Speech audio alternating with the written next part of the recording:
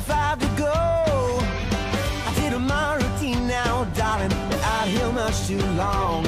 I still need you, darling, much too long. Yeah, I still need you.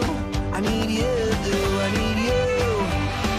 You're my first time, ready to go out of my world where nobody knows me. I'll ride over the wall one sweet day. I'll make up my way to you. Hello, YouTube. Adam Green here with No More News. It's November 4th, 2018. Should have an interesting show for you tonight. Thank you for joining me, ladies and gentlemen.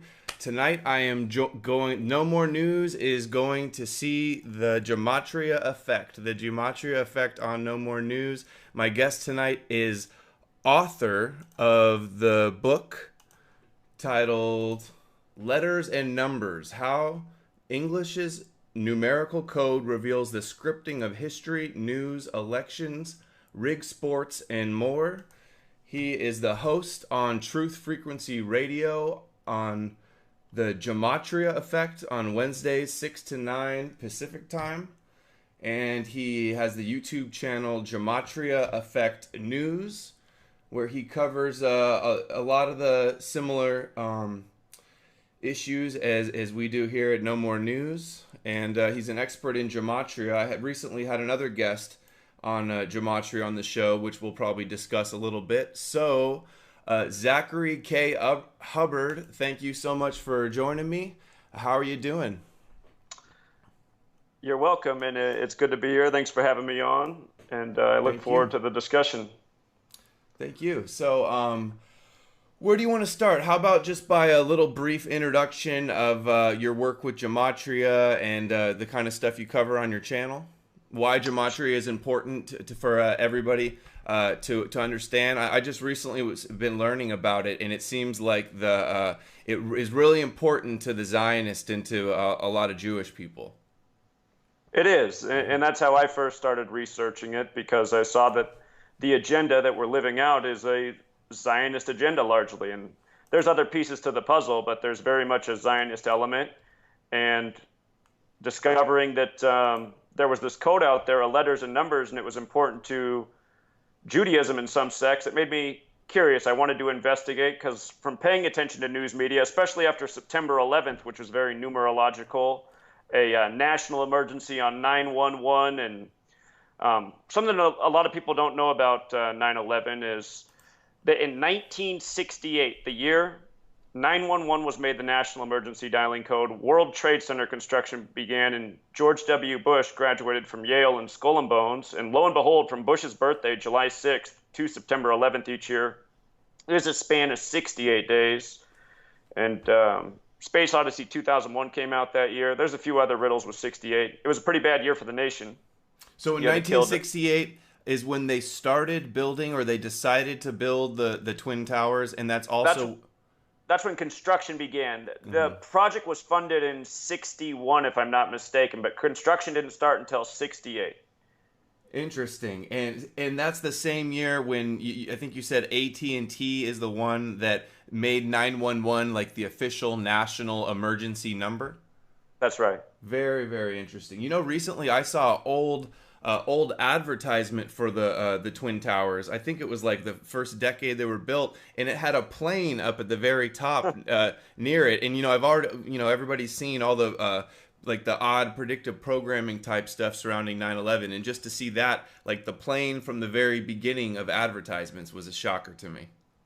Absolutely, there's a lot of predictive programming for September 11th, from movies to TV shows to album covers. Trying to think what band did the album Breakfast in America. It's escaping my mind right now. Very popular band. Have you heard the song? Do you know what that is? I know that there was some some album covers that were pointing to a 9/11. Another one where there was actually the Twin Towers blowing up. A rap one. Okay, so the band Supertramp. It's from the year 1979. So this is 11 years after construction began on the towers. Big number there on 9/11/11. But the band Supertramp, don't put this up on your screen. Don't put this, tell people to look it up. Don't put it up on your screen, because you will get a copyright strike for it if you do. Trust me. I've been down this road multiple times. Right. Yeah, For that's some something reason, I wanted to talk about is how you've had your channels are you had a large following and it was shut down earlier this year, I believe, right? I was first shut down June of 2017, and I've been Okay. shut down. I'm on channel number 18 right now. We're on number 18 here. Amazing. Wow. I'd like to hear your progression of names that you went through. But go ahead, continue on. What were we talking about? The 9/11. Were you still? Sure. So I Yeah. was just making points about 9/11 and how I got into this gematria thing. But real quick, I just want to tell your viewers out there, if they're not aware of this, look at the album cover by Supertramp, Breakfast in America, and take a mirror to that album cover and put it up against the S and the U. The way the letters are, they're behind the World Trade Center, the S and U, and the way they're showing, if you put a mirror up, because the bottoms of the letters are cut off, it ends up looking like a 9 and an 11. Or no, it's the U and the P. It's the U and the P, excuse me. It's the U and the P. I'm not looking at this right now. I'm trying to visualize it. There's the U and the P right above the World Trade Centers, and the bottom of the U's cut off. So it just looks like the lines on the U, like the World Trade Centers are an 11. Yeah, I have it. You're saying that I can't show this? Just showing this album cover will get me censored? It's happened to me twice now. So Okay. just letting you Interesting. know. Well, Yeah, people twice. can look it up for themselves. Supertramp 9/11 1979, and I was able to find it. Yeah, if you put up a mirror right against that U and P, it flips around in a mirror, and it says 9/11 right above the World Trade Centers. Interesting. Not an accident. So And, I- there's I- a whole. Go Oh, ahead. go ahead.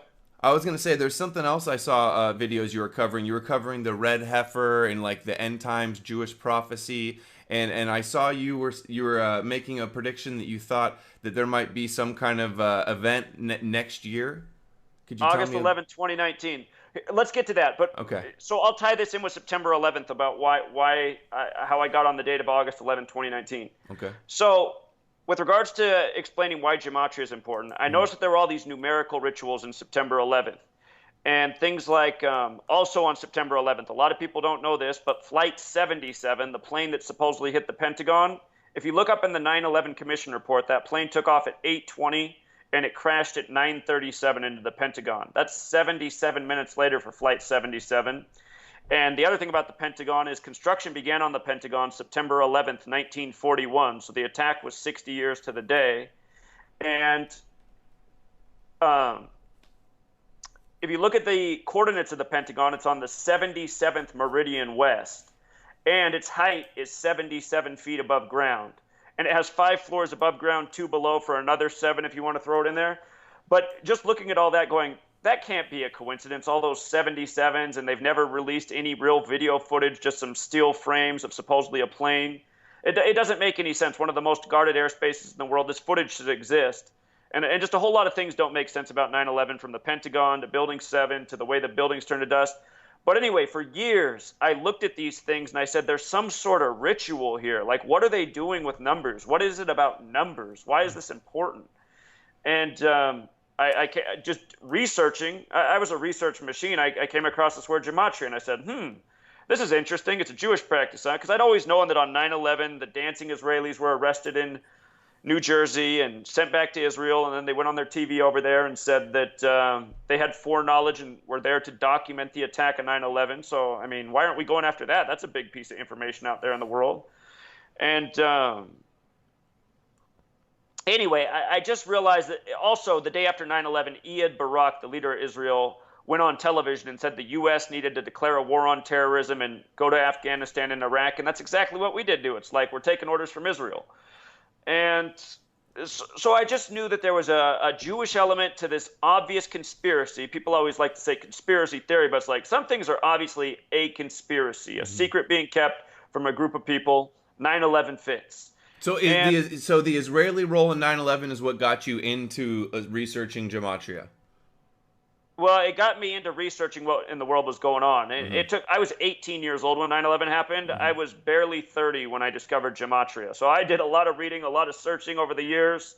I found all sorts of interesting nuggets along the way. But then when I found gematria, I knew I had found what they were operating by. If you write out September 11th as words, it sums to 77. Just like the number coded all over Flight 77. If you write out World Trade Center, it sums to 77. And other words that relate here are Judaism and Zionist. They both sum to 77. So does theater. United States is actually 77. So is power. It's a special number. So it's like, no wonder. So these numbers have meaning. So they're doing rituals. So when I first started researching this, I made certain discoveries, and I said, okay, there's something going on here. And I documented I began doing this research in 2013. And for the first year, I didn't present to anybody. I just documented, went through history, paid attention to current news, and I saw that there were certain numbers that were used again and again in very transparent rituals. Like I noticed how pretty much every shooting in history that's been in the media, the number 44 is coded front and center. And then I realized the word shooting equaled 44. So I was like, no wonder. And I mean, here in the latest synagogue shooting, they come out and they say, the shooter gets 44 federal indictments. So it's just that these numbers have meaning. They're used ritualistically. And you just see how redundant the patterns are when you learn the code. So also, part of the reason I kept okay, so understand this. From the time I was 18 speaking out against 9/11, I was discovering that everyone in the world seemed to be pretty illogical. They didn't care about evidence. They just seemed to want to go with mainstream narrative. Talking about 9/11's a conspiracy theory. The bad guy in the cave did it. Just support the troops. I just realized that society didn't want the events questioned. They didn't want to look at the evidence. All sorts of people, friends, family, strangers, public debates. I did a lot of different things because I just had all this energy into me from 9/11. I just felt like, God, I'm living in a lie, and I have to do something about it. 9/11 really put me on a different path. And anyway, what I found over the years is no matter how logical I was, no matter how much evidence I came with, no matter how many valid questions and concerns I'd bring to the table, people just shrugged them off. So I was like, okay, I'm not just going to give up because it seems that people don't care or they don't want to consider. I'm going to keep going until I find something that most people can't deny. And what I've discovered about gematria is it wakes up a lot of people. I can't tell you how many people in the years that I've been doing this have written dude, honestly, I wasn't awake at all, but your findings and your consistent presentation, I can't deny anymore. I'm awake, and now I want to do something. And I've just had so many people say that. So I know that for a lot of people, this knowledge works. I'm amazed by how many people haven't come around in light of how consistent I've been and in light of how many big things I've called in the world before it happened. So I've been real passionate about this research because it brings extra evidence to something that people should already be able to see. I mean, 9/11, dancing Israelis sent back to Israel, that should be a sign to most people, but most people don't care. Well, if you can show that there's a greater conspiracy and there's a real agenda and it's being done by a certain set of numbers systematically, then you can get some people to cross that line. So what is the purpose of them using these numbers encoded in names and dates and stuff? Is this how they write their scripts that they play out, or is this all predetermined and it's just sacred geometry? It's all encoded in reality? What's the benefit of them doing this? Sure. So this is the reason for it. There's a mysticism in the world that goes back to the days of Babylon. It's called Kabbalah. And there's a text for Kabbalah that's very important. Some say it's the most important text in Kabbalah. It's called the Book of Formation. And in the first paragraph of the Book of Formation, it says God created the world by merging the letter with the number with the word. And if you read the Bible, Genesis, God speaks the world into existence over numbered days. And God said, and God said. And lo and behold, if you learn the English code, you can see exactly how Genesis is coded.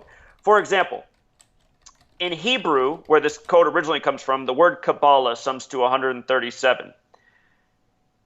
Genesis means in the beginning. If you write out in the beginning with the English language and you use the alphabetic order, so A is 1, B is 2, C is 3, D is 4, up to Z is 26, in the beginning sums to 137, just like Kabbalah.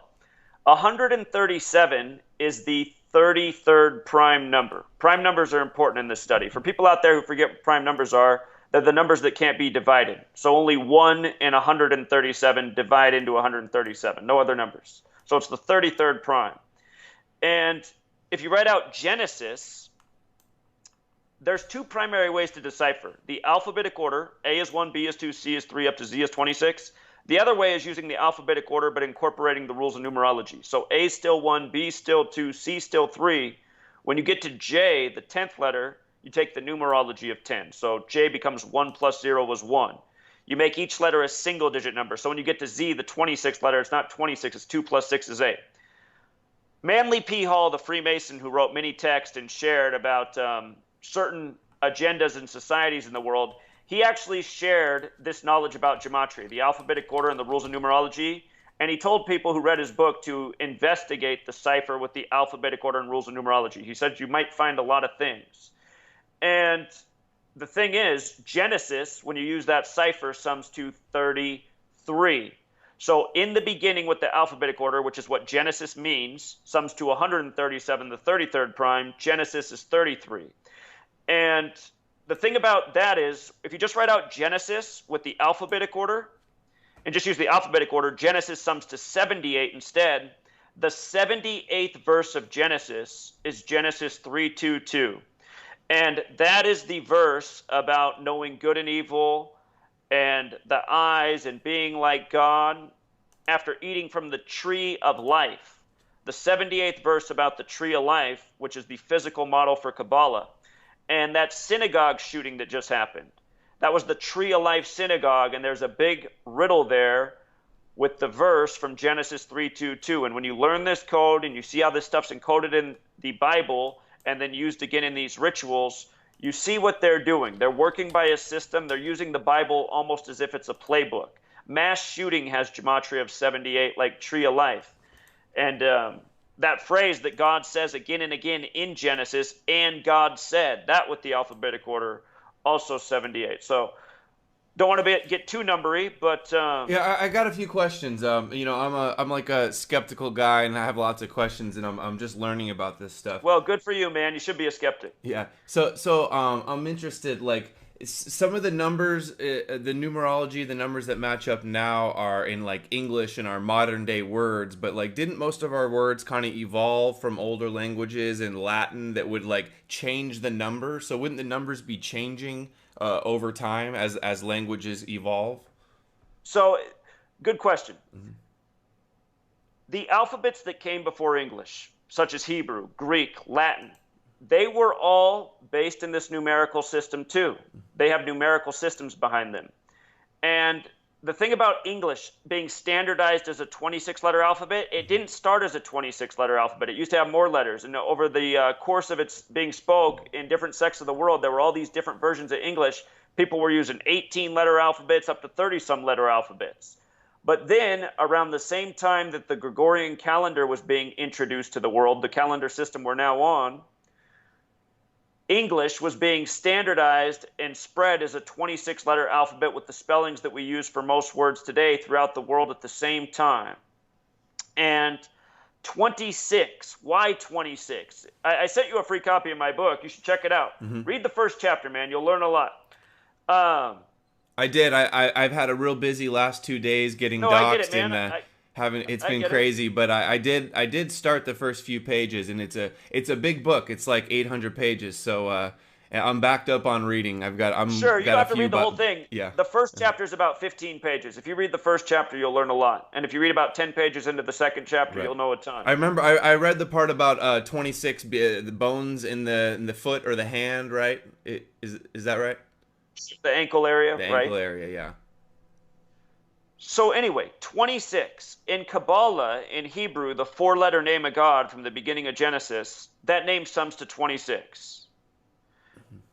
In English, the word God is G-O-D. That's the 7th letter, the 15th letter, the 4th. God is 26. And if you write out the word letter and you use the alphabetic order with the rules of numerology, so L's the 12th letter, so you take the numerology of 12, so 1 plus 2 is 3. Does that make sense? L is 3. What is 3? L's the 12th letter. If you add 1 plus 2, it sums to 3. So you're taking the numerology. If you do that for each letter, so E's 5, so E's 5. T's the 20th letter, you take the numerology of 20, so 2 plus 0, T becomes 2.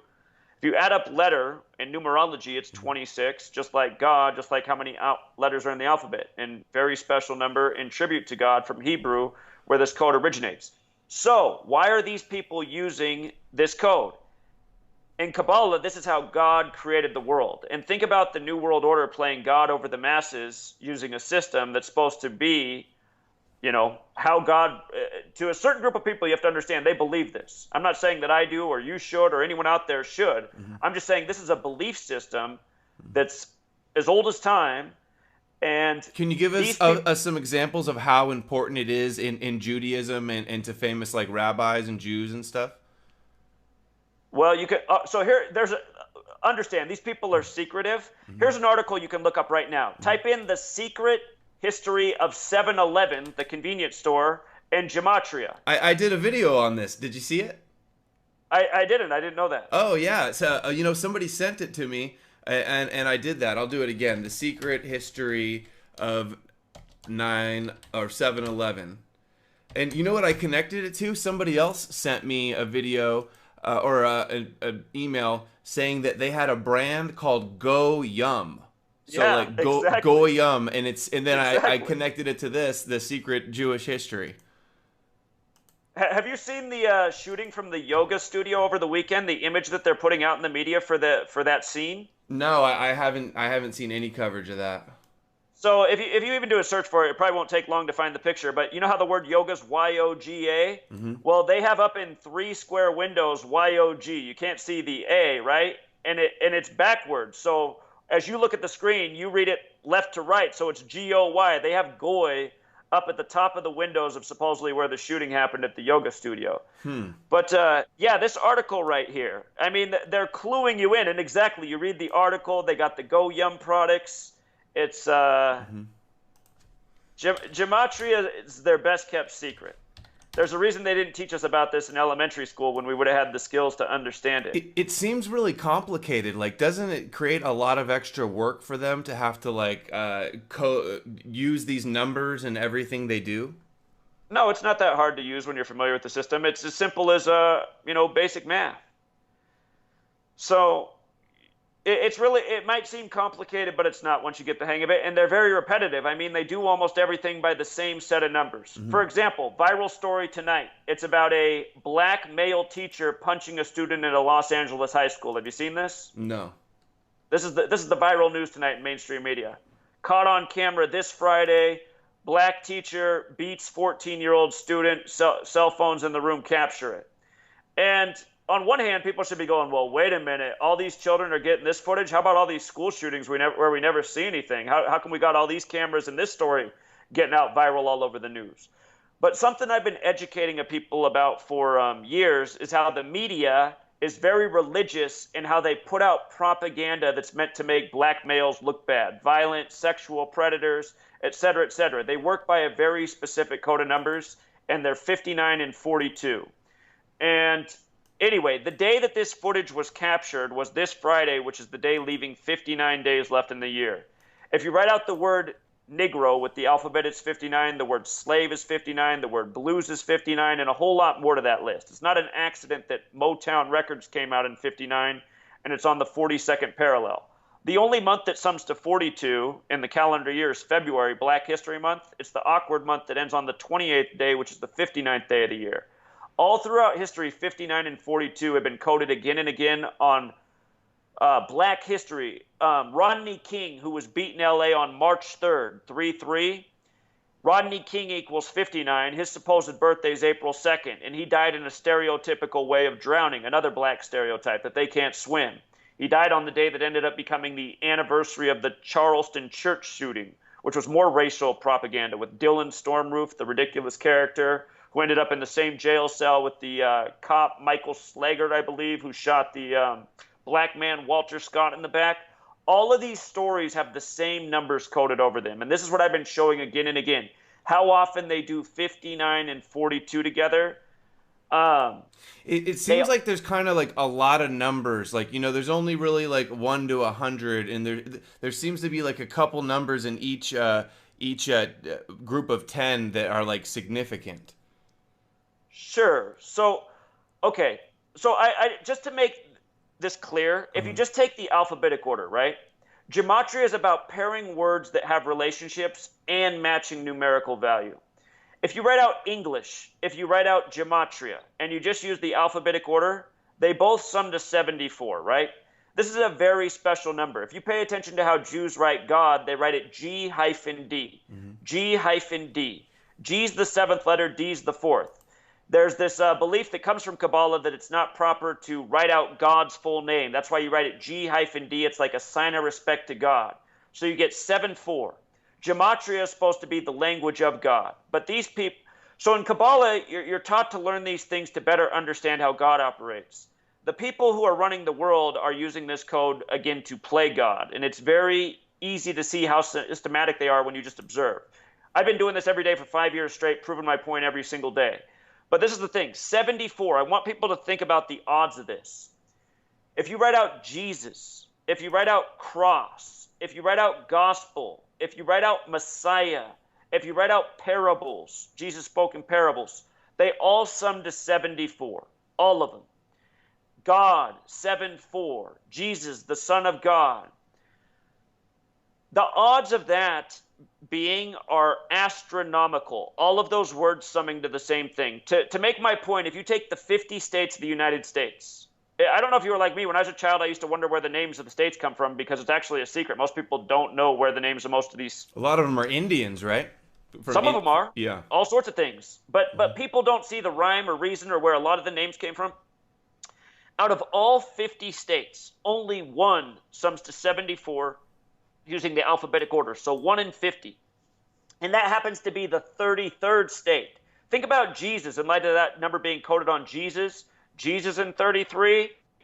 You know, most people understand what the connection is. So what are the odds that the 33rd state, which is Oregon, which is responsible for massive westward migration, Oregon, the 33rd state's the only that sums to 74. Now, if you took the English alphabet and you wrote out every word and you just looked for words that summed to 74 using the alphabetic order, this one very simple intuitive cipher. A is 1, B is 2, C is 3, D is 4, up to Z is 26. If you did every single word, the percentage of a word summing to 74 is around 1%, so about 1 in 100.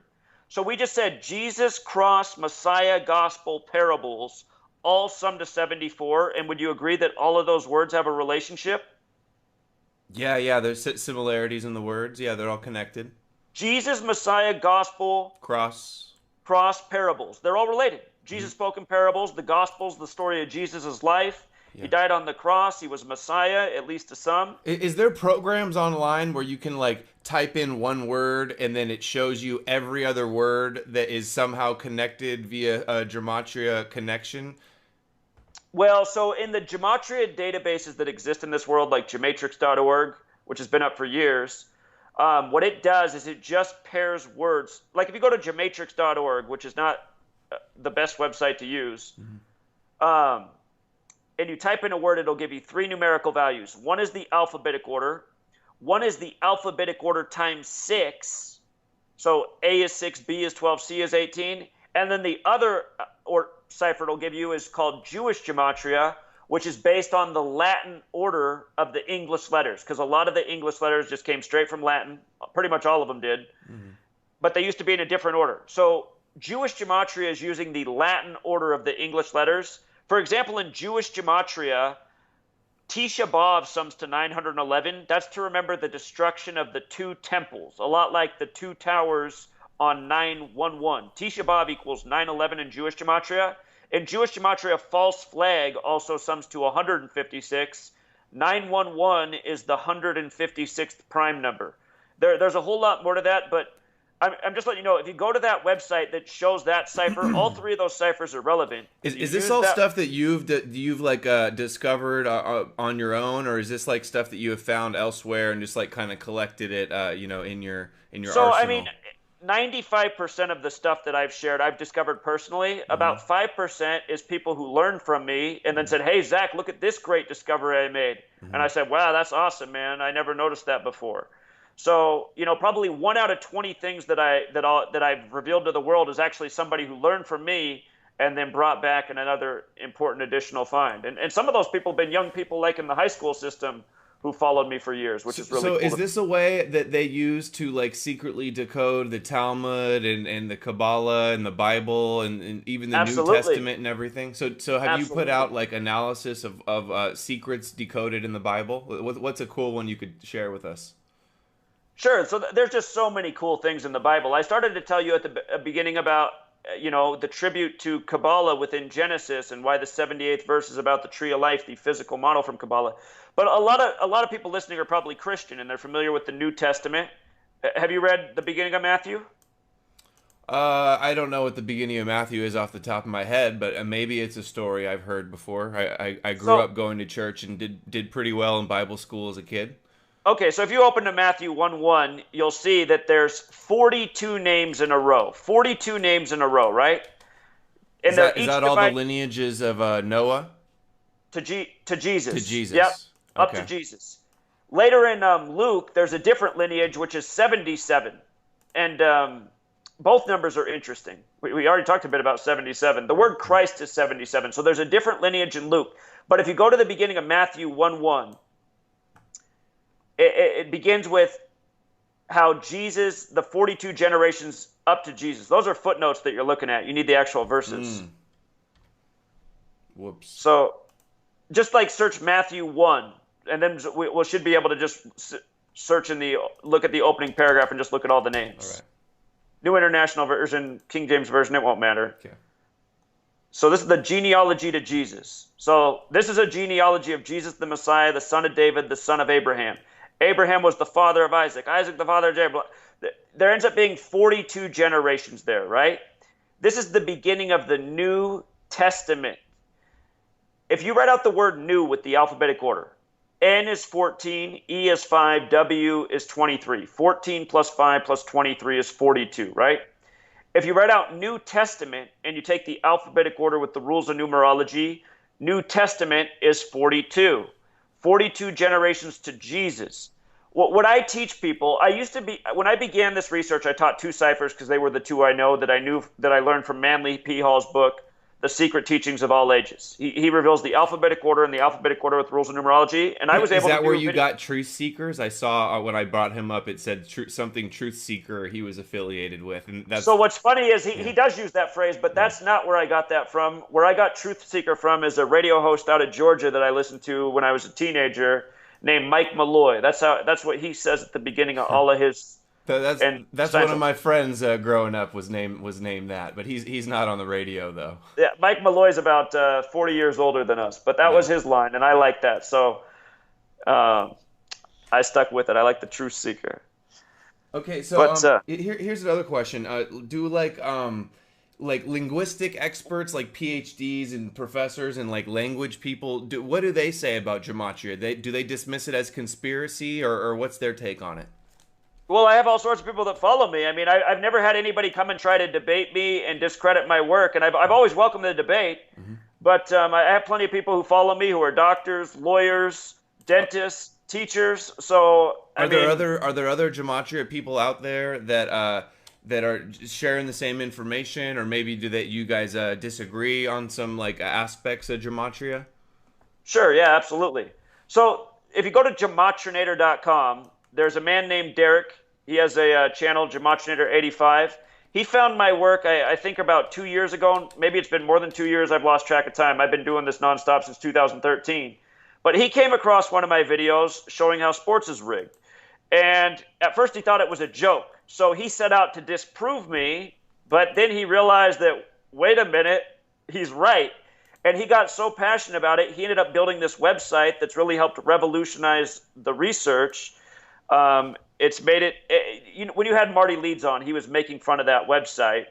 Of the sports website? No, gematrinator.com. That's the Gematria calculator website. Mm-hmm. So what does he say? What did he say was wrong with it? The way it adds up is wrong, or I feel like. What did Marty say is wrong with it? Yeah, I remember I asked him because somebody at one point put a bunch of my names in a gematria, and that they were like making connections, and he said that he didn't disagree with that, and that some people like kind of overdo the association some, but I don't remember. Here, go to the website, and I'll show you what Marty Leeds is saying. Okay, is this it? No, you have to go to so it's that's it. So click the tools there where it says that's the website. Go to tools and then calculator. Okay, so Marty Leeds says that none of these ciphers are real, which is comical because Marty Leeds was. So there's books out there people can look up. There's a book called The Divine Triangle by Faith Giovanni. Faith Giovanni. And she introduces that dark blue cipher that you see on the screen. She wrote an entire book about that cipher. And it's probably, I haven't read it for a while, it's probably about 150, 170 pages long. In that book, she reveals that there's over 100 ciphers in use in the English language. The cipher that she introduced, the dark blue one, is the same one that Manly P. Hall said is the cipher people should get to know. The dark green cipher, that one you're pointing, that's the one. It's also known as Pythagorean gematria because it just recognizes the numbers 1 through 9, which Pythagoras said were so important. Pythagoras was supposedly into this study big time, and the Freemasons are very much into Pythagoras. So just out of all those ciphers on the screen, from left to right, the dark green cipher is the alphabetic order. So no more news where it says 175. That's the alphabetic order. The dark blue cipher is the alphabetic order with the rules of numerology. The reverse alphabetic order is just making Z1 and counting back to A is 26, just going in reverse. And the cipher to the right is the reverse alphabetic order with the rules of numerology. Do me a favor, type in new real quick, N-E-W. So with the alphabetic order, new's 42. Now type in New Testament, 42. So those are your two ciphers that are recommended by the Freemason who put a little bit of this out there. Type in the word Freemason. I'm sure you've heard about 42 before, right? If you would ask me, is that a significant number, I wouldn't have said yes, but I think you may have said it earlier today, right? A lot of people know a lot about 42. It's a curious number in the world. In The Hitchhiker's Guide to the Galaxy, the movie, there's a computer called Deep Thought. Type in Deep Thought. This computer in the movie comes up with this phrase that 42 is the meaning of all of life. You see how Deep Thought's 42 when you flip the alphabetic order around? There's a whole lot of 42 coded into that film. Now, the joke is math. Type in the word math. With the alphabetic order, math is 42. And notice the 66 as well when you flip around the alphabetic order. Type in New Testament again and look at the values. And think about how the New Testament begins with Matthew. The 66th book of the Bible is the end of the New Testament. The New Testament begins with the 42 generations to Jesus. It ends with the 66th book. And the thing about the 66th book is, okay, type in the word Revelation, and then I'll make this point. Type in Revelation. You see how Revelation sums to 121 with the alphabetic order? Yes. That number has a square root of 11, right? A square root of 11.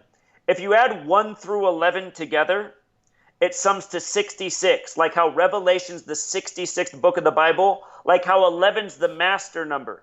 Part of the meaning of 11 being the master number comes from Kabbalah and the Tree of Life. We just had the Tree of Life shooting with 11 killed. There's Sephiroth on the Tree of Life. The hidden and most sacred is the 11th. The Bible has everything to do with the old world ancient mystery religions, including Kabbalah.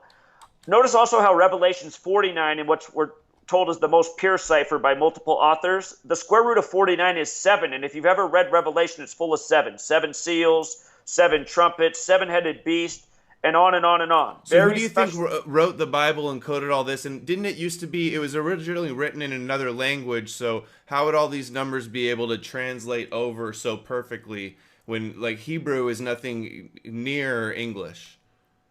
Okay. So there's a lot of overlap with the values of Hebrew words and English words. The Old Testament, the Jewish portion of the Bible, is written in Hebrew and Aramaic. And both of those alphabets were letters and numbers. They were counting systems as well as used for language and spoken words. So the same thing is true in Aramaic. The same thing is true in Greek. The Greeks wrote the New Testament.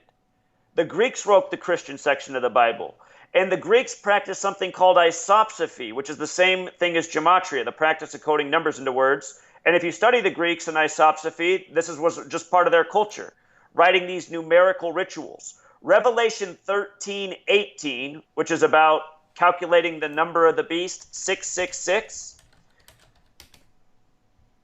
If you type in number of the beast, if you write that in, you'll notice it sums to 66, like how it comes from Revelation 13:18, the number of the beast. That's a Greek isopsephy riddle on the screen. Here is wisdom, let Let him that hath understanding count the number of the beast, for it is the number of a man, and his number is 666. Right. Yeah, I'm sure you've heard that before, right? So hold on. Where's my? Oh yeah, I've heard of the 666. So what if we do like devil? So devil has gematria of 52, which is so type back in devil. I can tell you things about Satan and devil. Okay. So okay, you see how devil sums to 52? Mm-hmm. Type in the word Kabbalah, and this is how you spell Kabbalah: Kabbalah. You see how in our base ciphers here, Kabbalah is 52? Notice how with the alphabet, the dark green cipher on the left, it's 38. Mm-hmm. Just using the Hebrew alphabetic order, the word Kabbalah is also 38. Type in the word Jew. We'll come back to 52, but I just want you to see Jew. 38. Notice the 43 as well. Type in Florida. But these are all like just kind of random things. No, they're not. So Florida's kind of like, where did that come from? Florida's the most Jewish state in the nation outside of Brooklyn, New York. They're the state that has all these false flags by the numbers, like that one that we can't talk about that was in the very Jewish neighborhood where you got the son of the FBI agent calling out saying he's going to outlive all the conspiracy theorists. Yeah. Anyway, yeah, right now if you talk about that one and you disagree, you don't trust the mainstream, they censor they take down your videos. Is that what got your last channel booted? Well, I've had like 5 channels deleted over that shooting, but that was, it was the spokesperson was Sheriff Israel. It was a neighborhood that was over 80% you-know-who.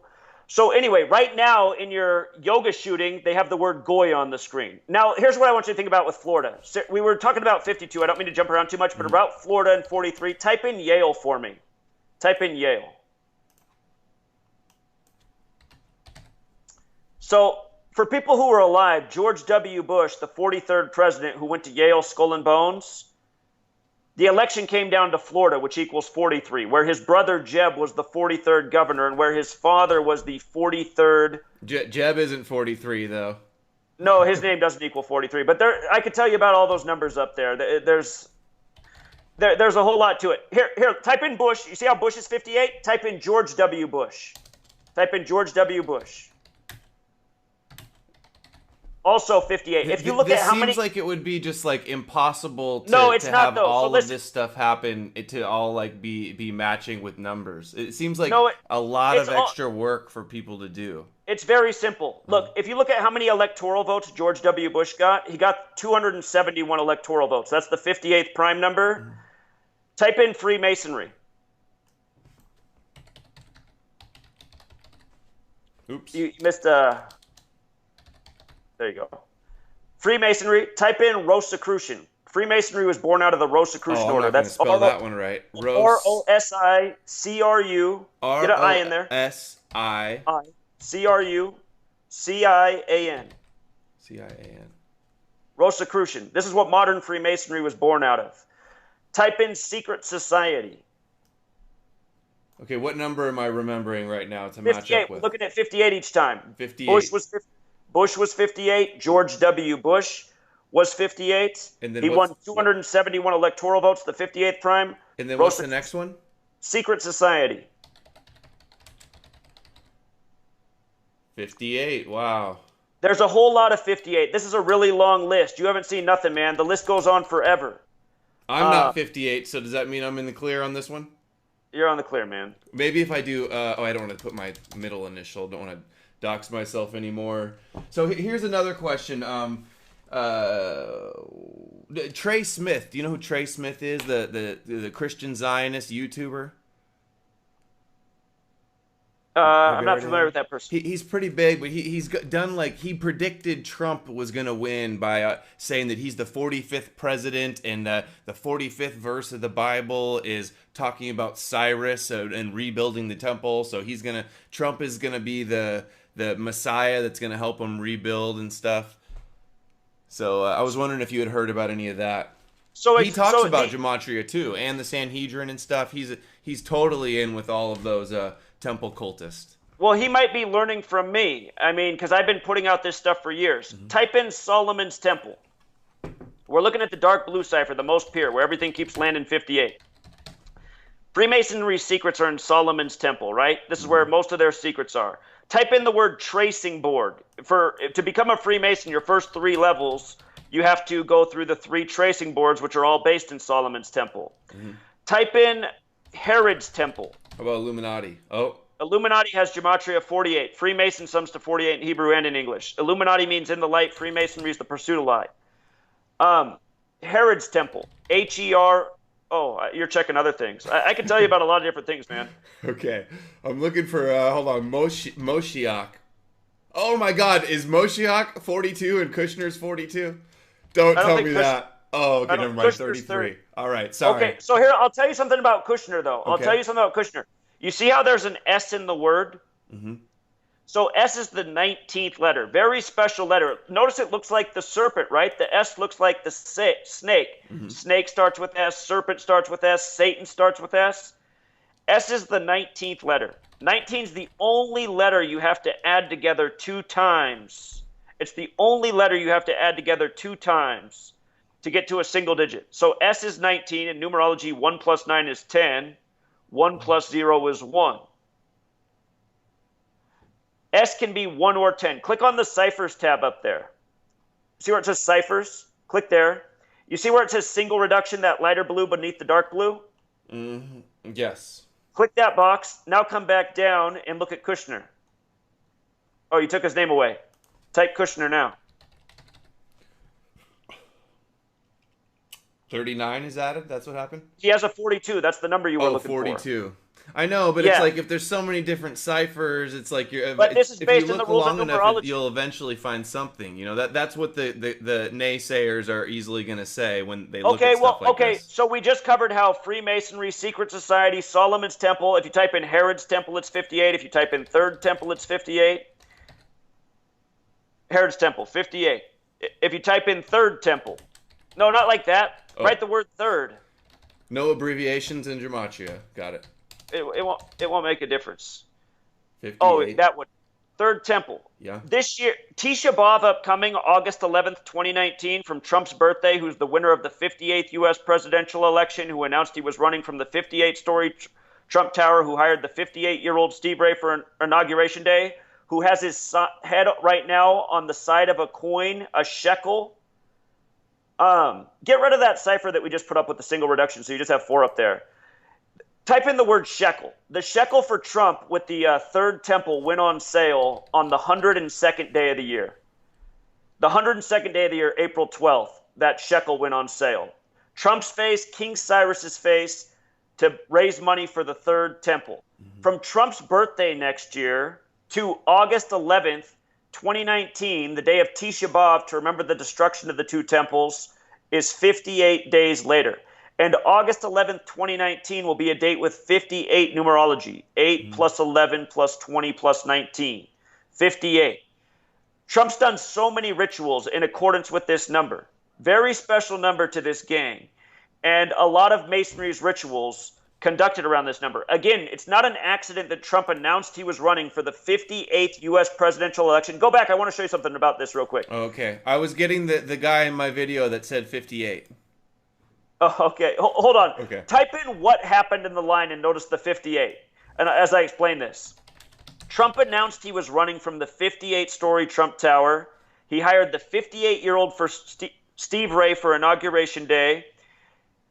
It was the 58th Who is Steve Ray? I don't know who Steve Ray is. Steve Ray was a baseball announcer in Washington, D.C. It was a big deal because the same man had done the inauguration going back decades, and he was ready to do it, and Trump got rid of him, and they had a story in the media about how the guy was depressed because he was looking forward. It's the big thing in his life. He's an older man. He loves doing the inaugurations. Trump wanted to get rid of him for the 58-year-old Steve Ray.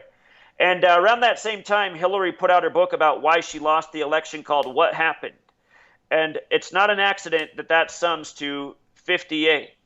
You don't think it was just her trying to explain why she lost? Like, what happened? No, the whole thing is a rigged joke. I have a video from February 2016 about why it makes the most sense for Donald Trump to be the next president in light of what's going on in the world. Is it because he's the one that's going to help them rebuild the temple, is what I thought. Sure, and he's the order out of chaos right candidate. Freemasonry, they have a motto, order Ordo ab Chao, which means order out of chaos. You know, he creates chaos. He's a divisive person. He's unapologetic. He pisses people off. Some people love him. He's got the nation polarized, and that's not by accident. And, you know, Trump became the magnet of the media in 2015 when he announced he was running. I mean, the camera never came off him. If a big thing happened in the world, we heard from Donald Trump on all the mainstream media outlets before we even heard from the sitting president. And that's not an accident. So, look, we're skipping around a bit. There's a lot more I could have showed you about numbers 52 and 58 in regards to Freemasonry and the history of Washington, D.C. Go back to the cipher. I want to show you something about Donald Trump. You can look this up. It's all a fact. Donald Trump's GOP convention began July 18th, 2016 in Cleveland, Ohio. And what I pointed out before it even happened is that from that day to Inauguration Day, January 20th, 2017, was a span of 187 days. And July 18th can be written 18/7. Type in the name George Washington. This is like I'm getting put on the spot here. Is that how you spell George? Yep. That's right. That's right. George Washington. You see how it's 187? This number. Just delete the George and write Washington, D.C. Try Washington, D.C. 137. See the 187 when you flip the alphabetic order around? The 137 is important too because that's the 33rd prime. Federal's 33, Masonry's 33, Secrecy's 33, Order's 33, all in that dark blue cipher. Morals and Dogma, which has a statue in D.C., the Masonic Bible that says all thanks. Type in Morals and Dogma. That's a statue of Albert Pike in D.C. He's holding his book, Morals and Dogma. It's 137 too. In that book, it says Freemasonry owes all thanks to Kabbalah. Remember, in Hebrew, Kabbalah sums to 137. Type in the beginning. Didn't Pike write in Morals and Dogma that Freemasonry is based upon the rituals of the Kabbalah? That's right. Yeah. That's right. And Kabbalah is 137 in Hebrew. Very special number. Again, if on Gematria, if you click a number, so if you click that 137 on the screen, it'll pull up a smaller window, and it'll tell you if it's prime. Yes, it's the 33rd. If you go back to that calculator and type in Masonry, Secrecy, Order, Federal, you'll see that they all sum to 33 in our dark blue cipher, our most primary, just like how Genesis is 33 in that cipher, and in the beginning, which means Genesis, is 137 using the alphabetic order. So these are the two ciphers I studied forever, just these two, and I saw how many meaningful observations there were. Here, let's do the ones that you did the other day. I want to show those people those ones. Because I'll tell you right now, I know 100% it's a coincidence, but let's show this connection that we found. Right, what was it? No more news? Okay, no more news. 58? Right. Right, this is the most important one, you said, Manly P. Hall? Right. And my GDL. Well, that's a 58. reverse, though. Right. That's a reverse, okay. And then the other one was handsome. Check it out, guys. So handsome truth and no more news both equal 58. This is what Zach discovered the other day. So when I saw you do this, it gave me the creeps. I was like, oh my god. But well, isn't it strange though that you went to Jerusalem and the best artifact that you have is interviewing a shopkeeper, and right in the beginning he says he's 58 years old. Yeah, here, let's show that. Oops, that's not what I want.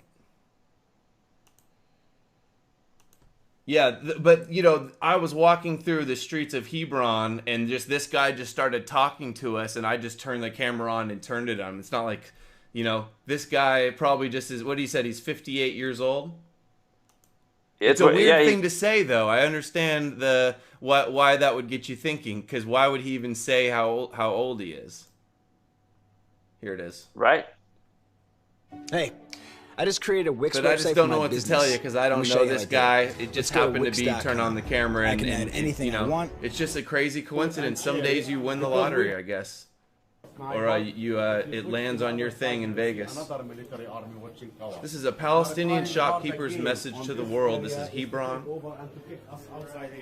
But we are strong and we got used to all this and we are determined to stay. We are not going to give up as long as we live, because this is our homeland and we grown up in these stores. I came down here when I was 7 years old. I'm 58. I'm already grandfather.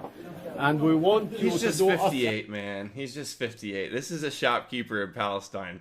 If in order for all this to be a conspiracy, imagine all the stuff like this is an actor and we did all this just so we can hide a code. You know, it doesn't really make sense. So what's interesting is there's an organic side to this code. You guys are the Goyim Defense League. In history, there's something called the Jewish Defense League. And the founder of that died at age 58. He was murdered. He was assassinated at age 58. Yeah, they were a terrorist group, though. We don't mirror them. We're more of the inverted ADL, exposing them as the racist supremacists. Sure. So what I'm saying is, if you go to a bookstore or a library and you search the numerology section, you'll find a book. And multiple books are written about this, but it'll teach you to do that cipher, the dark blue one, the alphabetic order with the rules of numerology. And it'll say that there's certain numbers in people's lives that are hidden in their birth numerology. They're hidden in their names. And I haven't checked Goyim Defense League. That's really funny, too. It's not 58. I feel like I'm in the clear now. Or else, if that was 58, I was just going to probably retire because everyone and their mom would think I was a shill. So anyway, there's an organic side. And this number 58 is so important to this gang. And it seems like, for whatever reason, you settled on this name that somehow has this great irony in history, in spite of, especially in light of the fact that the founder of the Jewish Defense League was murdered at age 58. And trust me, there's so much history to prove how relevant this is. For example, King James was a Rosicrucian and a Freemason. He dropped dead at age 58. Again, Freemasonry 58, Rosicrucian 58, Secret Society. If you type in biblical, you'll see it's 58. A lot of things in the Bible are related to this number 58. The way to prove the relevance of this code is just to see how repetitive things are by these numbers. Like, for example, yesterday, part of the reason I have a big following is because I've called so many things in sports since before they happened. It's why USA Today wrote an article tearing me a new asshole, trying to make fun of me because in that year, speaking of the number 58, I had shown how the entire Super Bowl 50 from October on would be scripted around the number 58, why the Broncos would beat the Carolina Panthers, why number 58 would be Von Miller defeating Cam Newton. Look at this. For people out there, you can look up the article. Just type in Zachary K. Hubbard, USA Today. It'll come up. It was written by Bleacher Report, their sports section, or not Bleacher Report, whatever their sports section's called. The Big Lead, I think, is what it's called. USA Today, you said? Yeah.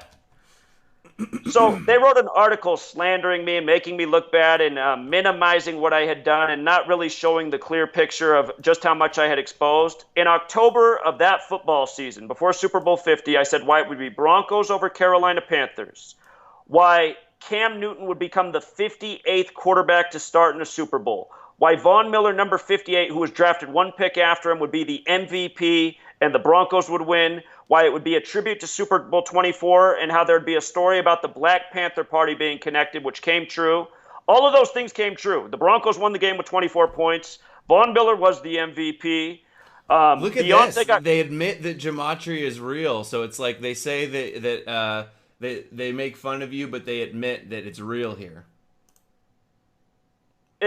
Exactly, just like that 7-Eleven. If you go back to that 7-Eleven article and copy the author's name, take his surname and put it in the post, it sums to 117, 11-7.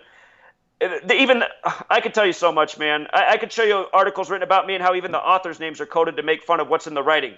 If you go to the bottom of this article, the last paragraph links The Simpsons.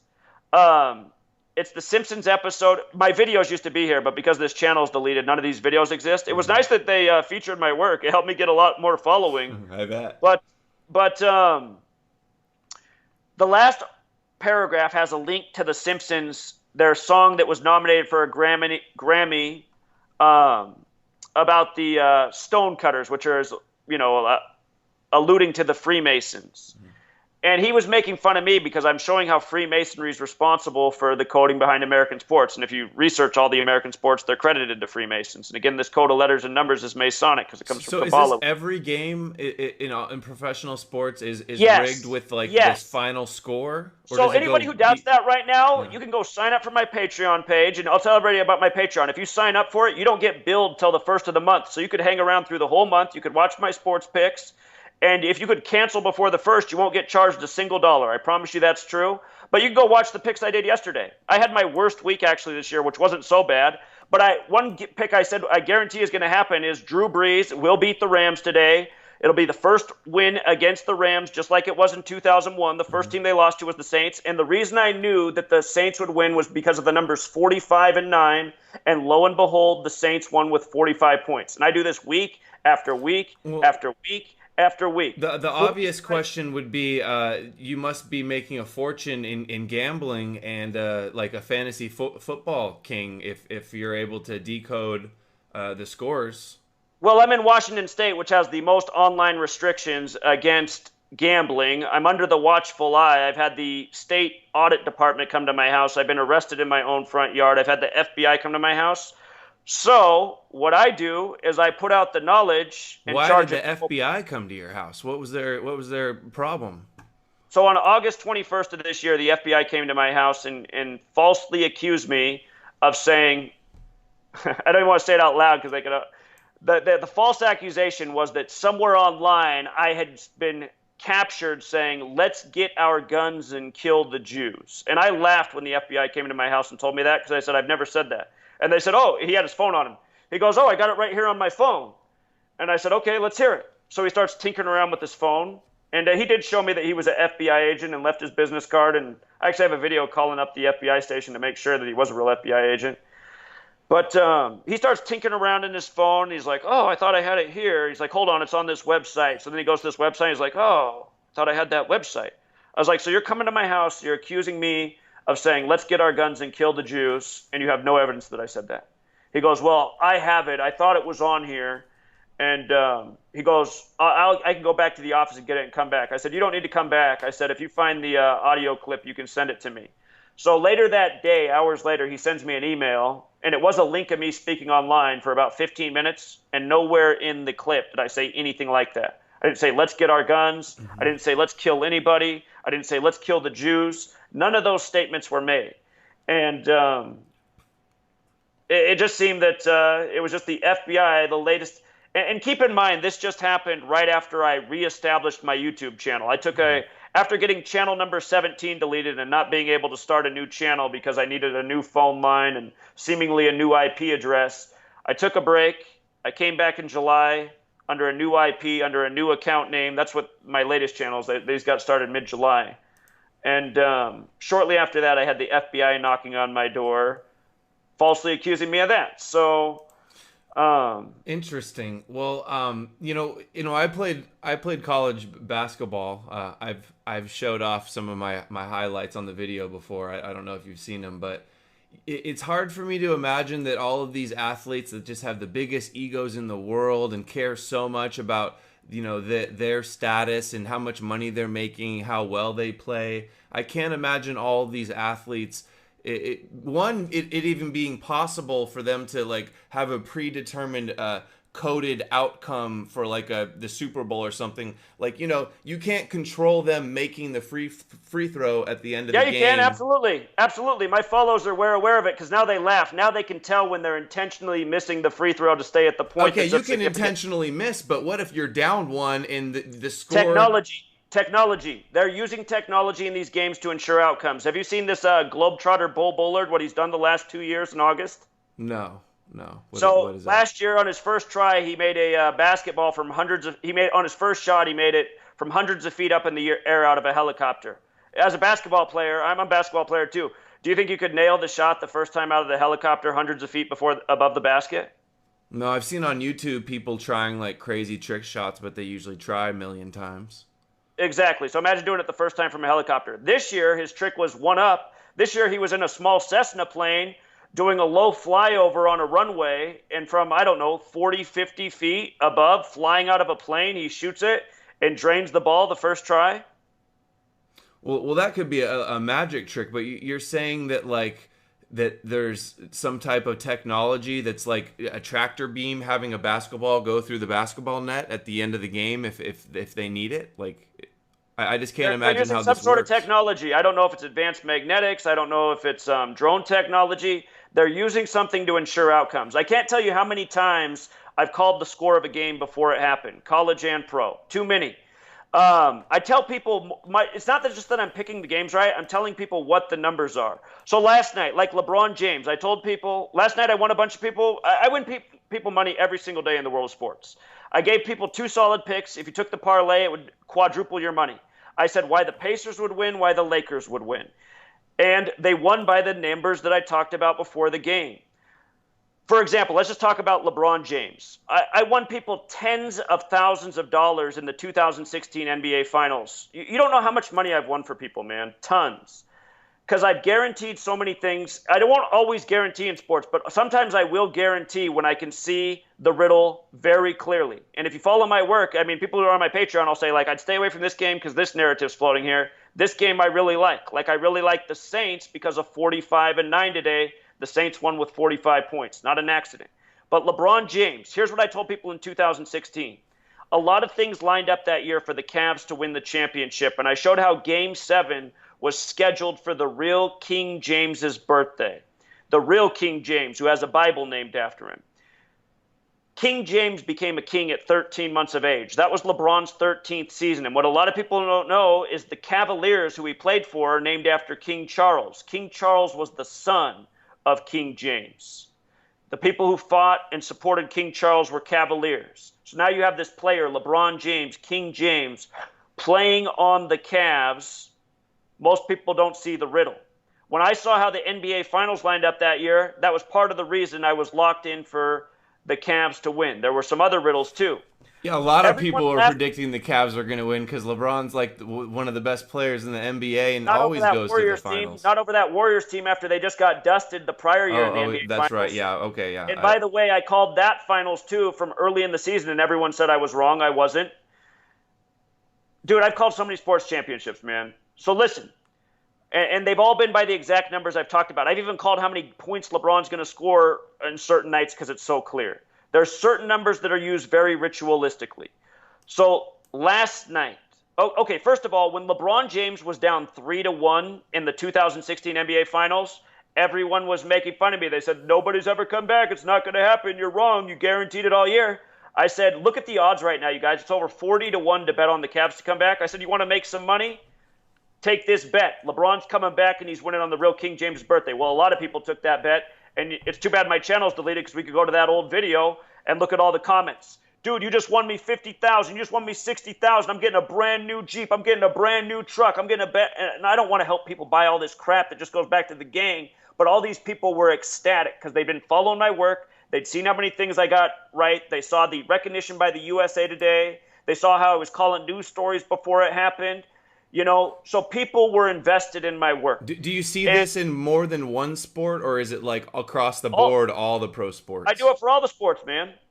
Do it for all the sports. What about Olympics? Is there? The Olympics are scripted this way. I was getting huge views 2016 Summer Games. The biggest views I was getting consistently. Every video I do on the Summer Olympics, huge views. People were into that. The world of sports is scripted. They're farming these athletes. So look.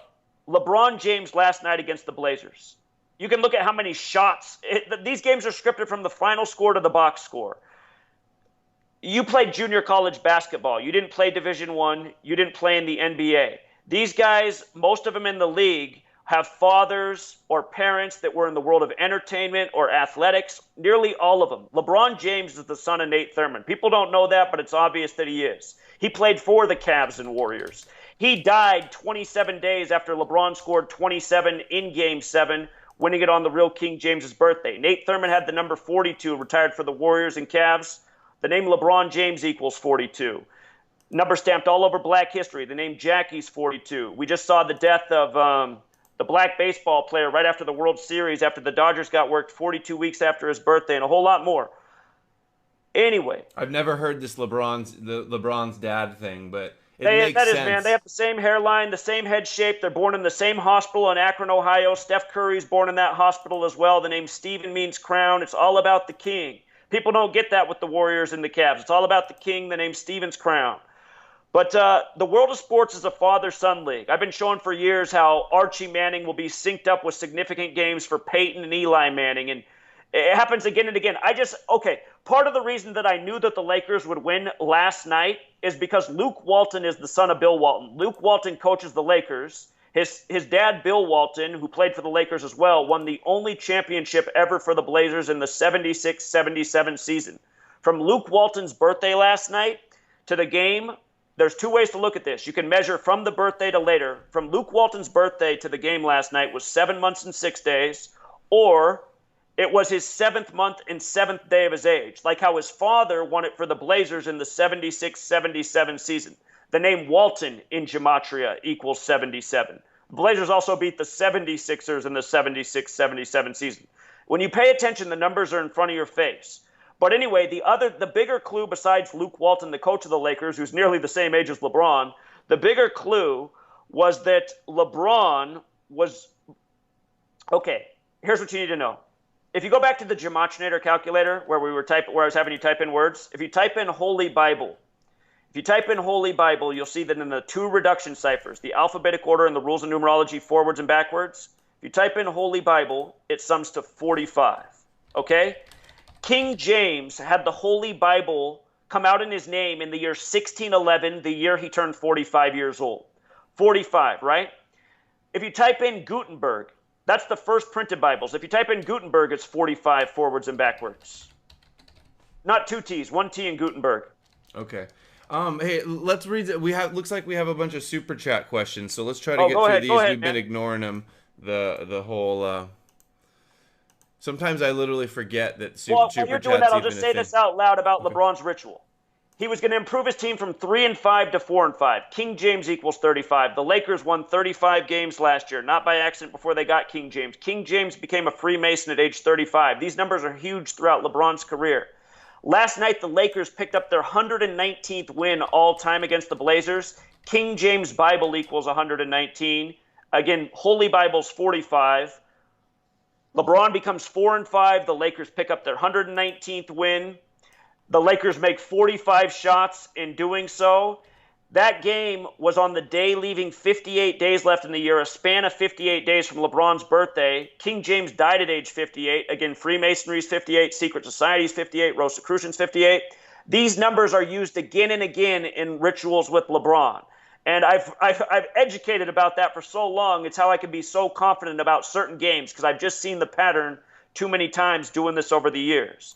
And LeBron James won with 114 points last night. LeBron James with the alphabetic order sums to 114. He signed with LA exactly 114 days before the 114th World Series. Part of the reason I said the Dodgers were definitely in for the World Series this year. So, and also people who followed me since July, we theorized on why the Boston Red Sox, if they made the World Series, would win in Game 5. I encourage everybody to watch the videos I've put out on sports on that channel in recent weeks and tell me what you think, what you're seeing is a coincidence. The reason I have as many Patreon members as people who have 500,000 subscribers is because my work's well proven. I've helped a lot of people win money, wake up. I have a very dedicated audience, and I'm very censored, man. I mean, there's a reason that my channel hasn't rebounded to the number of subscribers I had. It's because I've been deleted so many times, and I've been held down. But let's go to your super chats. I heard you, so sorry for being so long-winded. No problem. Okay, we have 1 + 1 equals you're gay. I shouldn't say that word. You're great. He says 1 + 1, you're great. Okay. They're asking if you prefer. Okay, I'm not gonna read that. Okay. No, read it, man. No, I can't. It's not because of you. It's just because it's profane. If a man created religion, how can we trust it to be true? You know, I have my own question. Do these numbers, are they all like coded? Like, did somebody sit there and go, I'm gonna create this word and this thing, and then we're gonna connect this date to it? Is this all planned, or is this just like naturally flowing and like through like the numbers of the universe and like So there's two answers to that. Yeah. There's a natural organic side, absolutely, and I think that's might be what it is for you and Handsome Truth and this GDL thing. Somehow there's already this number associated in the world with the Jewish Defense League. And here you are, the counter to that. This whole study is dualistic. If you write out the word 2 with the alphabetic order is 58. It's a very special number. So it's interesting how it's coded into you guys, and you guys are doing a very special thing. More people in the world need to step up and speak against Zionism. So we've observed all of these organic things, but what becomes obvious is the way the code's manipulated in the media to contrive propaganda. This year, there was a stand your ground case out of Florida. Supposedly, a black man shoved a white guy, walked away, and then the white guy came up behind him and shot him in the back and killed him. And the guy who was killed was called Gaston McLaughlin, right? Gaston McLaughlin. Or no, it wasn't Gaston McLaughlin.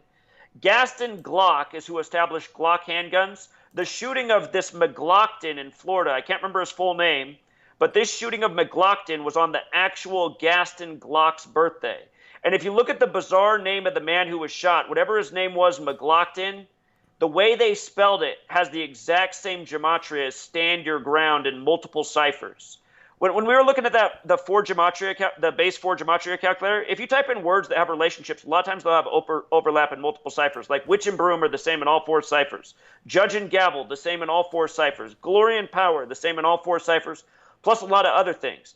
But they made this name, Gaston, or whatever McLaughlin, on Gaston Glock's birthday that this news supposedly happened, with all the same numbers as stand your ground, which is what the whole story was about. And then right after that, they had a story of a sheriff, or I forget what it was. Somebody got pulled over, and it was another stand your ground thing, and the driver, maybe the driver was an Uber driver, and he shot and killed this guy who came up to his window. And they talked about how that guy had been in some sort of police academy training recently. Anyway, that whole story, the names they contrived, it had all the same gematria as stand your ground.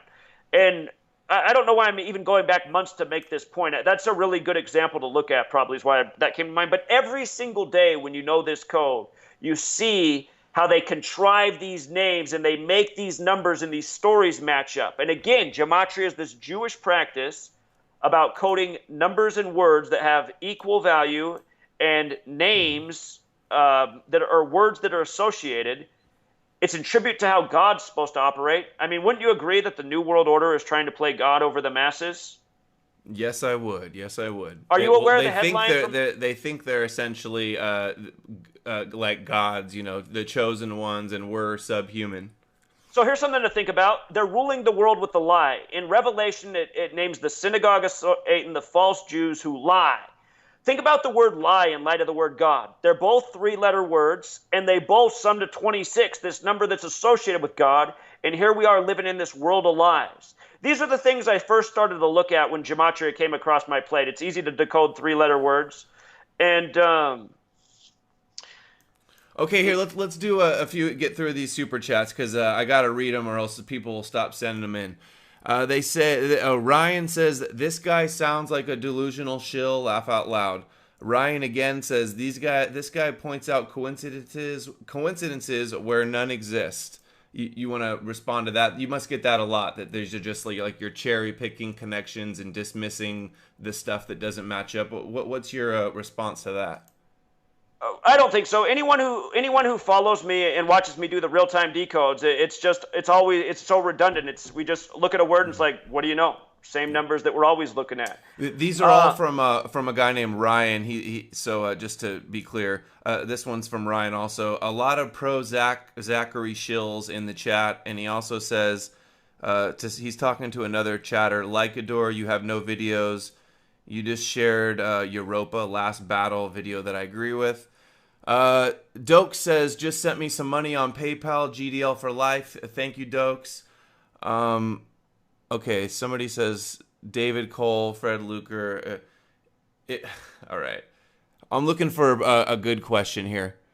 Adam, I'm Lebanese, 100% Semite. I support you exposing terrorism. I can trace my lineage to Shem, while Khazars occupy Palestine. They're the real anti-Semitism. Okay, here's a good one for you.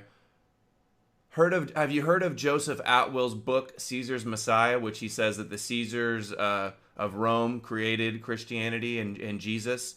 And what's your take on like the Bible and religion and Christianity and stuff? So what's really interesting is the Council of Nicaea. Pull back up the gematria calculator. I'll show you a question on this in gematria terms. Okay. The Council of Nicaea supposedly happened in 325 AD. That was in Rome, and that was about getting the Christians who worship the sun to come to an agreement with the Christians who believe the Son of God had come to earth. Mm-hmm. Type in Scottish Rite of Freemasonry. No, rite is R-I-T-E. Like a rite, like a ritual. Mm-hmm. Scottish I guess Rite I just outed of myself as Freemasonry. not being a member. Of Freemasonry. Scottish Rite of Freemasonry. Okay, That's how they're called. Scottish Rite. It's interesting that Scottish Rite Freemasonry is 137. That's interesting. Scottish Rite of Freemasonry. You see how it sums to 325 with the alphabetic order? Mm-hmm. The Council of Nicaea was in 325 AD. Type in New Testament again. You see the 159 and 165? Now type in just Scottish Rite. Scottish Rite. The numbers of Freemasonry are coded all over the New Testament, everywhere. Mm-hmm. And isn't it interesting that the Council of Nicaea, which was about, getting people to agree on this man named Jesus, how that happened in 325 AD in light of this overlap. And again, if you type in New Testament, Savior, sin, they all sum to 42, just like Freemason. They all sum to 42 like Freemason. The 42 generations to Jesus. It begins with Matthew. The word math is 42. The Greeks wrote the New Testament. They based their culture in math. Okay. Here, let's we got some more good questions here. Does gematria work only with the English language from Ananias? No, it began in Hebrew. Mm-hmm. It was used in Greek. In Greek, it was known as isopsephy. Revelation 13:18 is a Greek isopsephy riddle. So, it's been used in languages of the past: Hebrew, Aramaic, Greek, Latin, and I'm a typical American. I speak English. I've had people call into my radio show over the years and say, hey, I was just looking at my native Spanish and look at these very interesting synchronicities. But the thing to think about English is it's the language of the world. English is the language that was developed and spread across the world at the same time we were put on this calendar system. And sorry, just showing your show. You mentioned your show. So if people are interested to hear more, they can find you at Gematria Effect, Wednesday, 6 to 9. Free your book, Letters and Numbers, which you just sent me a copy. I look forward to reading some more. Gematria Effect News is where you cover the news, and Gematria Effect Sports for people that want to find you. Here's another question. Oh wait, never mind. That's the end of them. I emailed info that might help with your harassment. Tell me more about when you got censored and some of the harassment that you've been under. Sure. Well, I've been censored pretty much since I got here. From the very beginning, what people first said when I started is they said, man, I've never seen anybody start making videos calling somebody a shill as fast as your channel came around. Because automatically from early in the days, I had people who would just start making these videos accusing me of being a shill. And it was just like, this is really interesting. What do they say? What conspiracies do they say about you being a shill? What's their evidence? They wouldn't have any evidence. They just make some obscure video and say, like, he could only know this if he was a Freemason or a Jew himself. And it's like, okay, let's just say even if I was, which I'm not, I'm still putting out the information so people can understand how it's being used in the world. And something you don't know is from the very first video I made, my first video was based on a prediction. I've been studying this for a year. The first video I made was during the time of the Michael Brown shooting. And I said, just watch when they put out, if you type Darren Wilson, the police officer who shot Michael Brown, if you remember at the time of this story, they didn't put out the police officer's name for over a week. But I said, just watch. When his name comes out, it'll sum to 33. And sure enough, it did. And not only that, but they put out this image of this blonde-haired, blue-eyed guy with a T-shirt with the number 42 on it and the word blues. And this was the officer who... Yeah, so here's even that shirt right here. I mean, this was the main image put out of him when he did it. If you find other images, below this shirt it says Blues, like the St. Louis Blues. Mm-hmm. Ferguson's just right outside of St. Louis. But there's a good one right there. Mm-hmm. So that picture, when they put it out, people don't know what's behind that. If you go to Gematria and type in Ferguson, if you type in Missouri, they both sum to 42. If you type out February, it sums to 42, Black History Month. If you type out the N-word, it sums to 42. And there's something really interesting about the way the letters are laid out within the N-word. They code this number 42 again and again and again, as well as 59. Remember the word blues equals 59, like Negro, like slave? They code these two numbers again and again into their racially divisive propaganda. Rodney King equals 59. His birthday's April 2nd. He was beaten on March 3rd, 3-3 by the LAPD. Police equals 33, Masonry 33, Secrecy 33, Order 33, Federal 33, all using our most pure cipher, just that dark blue one of the base 4. The name Darren, the name of this officer, equals 33. And I said, just watch, because it's so consistent in these racially charged narratives with police and black men. It's the number 33 again and again. Today's news tonight about the teacher beating the white child in Los Angeles. The teacher's name sums to 33. The word teacher sums to 33. The name of the school, Maywood, sums to 33. Race war equals 33. It's a certain set of numbers that are used again and again and again in these rituals, and I've been showing this consistently for 5 years. At any point, do you get tired of like connecting all these numbers together? Because it just seems like it's just everywhere. It could be overwhelming. When I first started hearing about gematria, it reminded me of a movie that I had seen a number of years ago. Are you familiar with it? It's with Jim Carrey, called 23. Right, I have seen it. And it's all about how he sees this Ned. 23 number everywhere, and it starts to really it's like a horror movie. I don't know why this isn't. Sure. A few years ago, there was a big story of Jim Carrey's girlfriend dying, and I think it was blamed on suicide. Mm-hmm. But I had some work on that. There's this practice called murder by numbers. There's a song by the band The Police who sang Roxanne, Sting. Mm-hmm. They came out with the song in 1983 called Murder by Numbers. It's about how killing people is as simple as A, B, C, 1, 2, 3. The word murder is 83. Mm-hmm. And anyway, this code of murder by numbers is something I talk about so often, so repetitive. People are killed by certain sets of numbers. And it was coded into his girlfriend's name, the character name from that film. It was all the same numbers. I was like, was this movie predictive programming of this story? Is this woman even really dead? Is this just some sort of temporary distraction to have people going, oh, Jim Carrey's girlfriend's dead and kind of mysterious? Because that's what our media does. It always keeps our minds wandering, looking at this, busy with this today, this shooting, this scare. Here's a question, Zach. In order for all of these numbers to have to come together and connect, to have any significant connection, wouldn't there have to be just agents everywhere making sure that every little thing Freemasonry came is everywhere. Freemasonry is everywhere. Uh-huh. Have you seen the movie They Live? They Live? Yeah, the old one with the faces, with the skeleton faces. Sure, and when he looks at words with the glasses, he sees messages behind him that he doesn't otherwise see. Yeah. The word they equals 58. Like Freemasonry, like secret society. People say, who are they? Uh-huh. Freemasonry. That's what established this nation. This nation was largely founded by Freemasons. Yeah. That and Jewish bankers. This code is theirs. Mm-hmm. I want you to, think about this. It's 1% odds of a word summing to 74 using the alphabetic order. It's about 1%. Again, we said English, gematria, they both sum to 74. Holidays, 74. Independence Day, 74. Masonic, 74. Jewish is 74. All of these things are 74. 1% odds. They're all related. We're an English-speaking nation. We're founded by Masons. Our birthday's 7-4. All of these things sum to 74. The odds, if you're good at math, 1% times 1% times 1% times 1% times 1%. We've taken two different groupings tonight of 5 words that all sum to 74. The odds of that are astronomical. What is 1% times 1%? That's 1 in 100 times 1 in 100. So were you good at math? Are you good at math?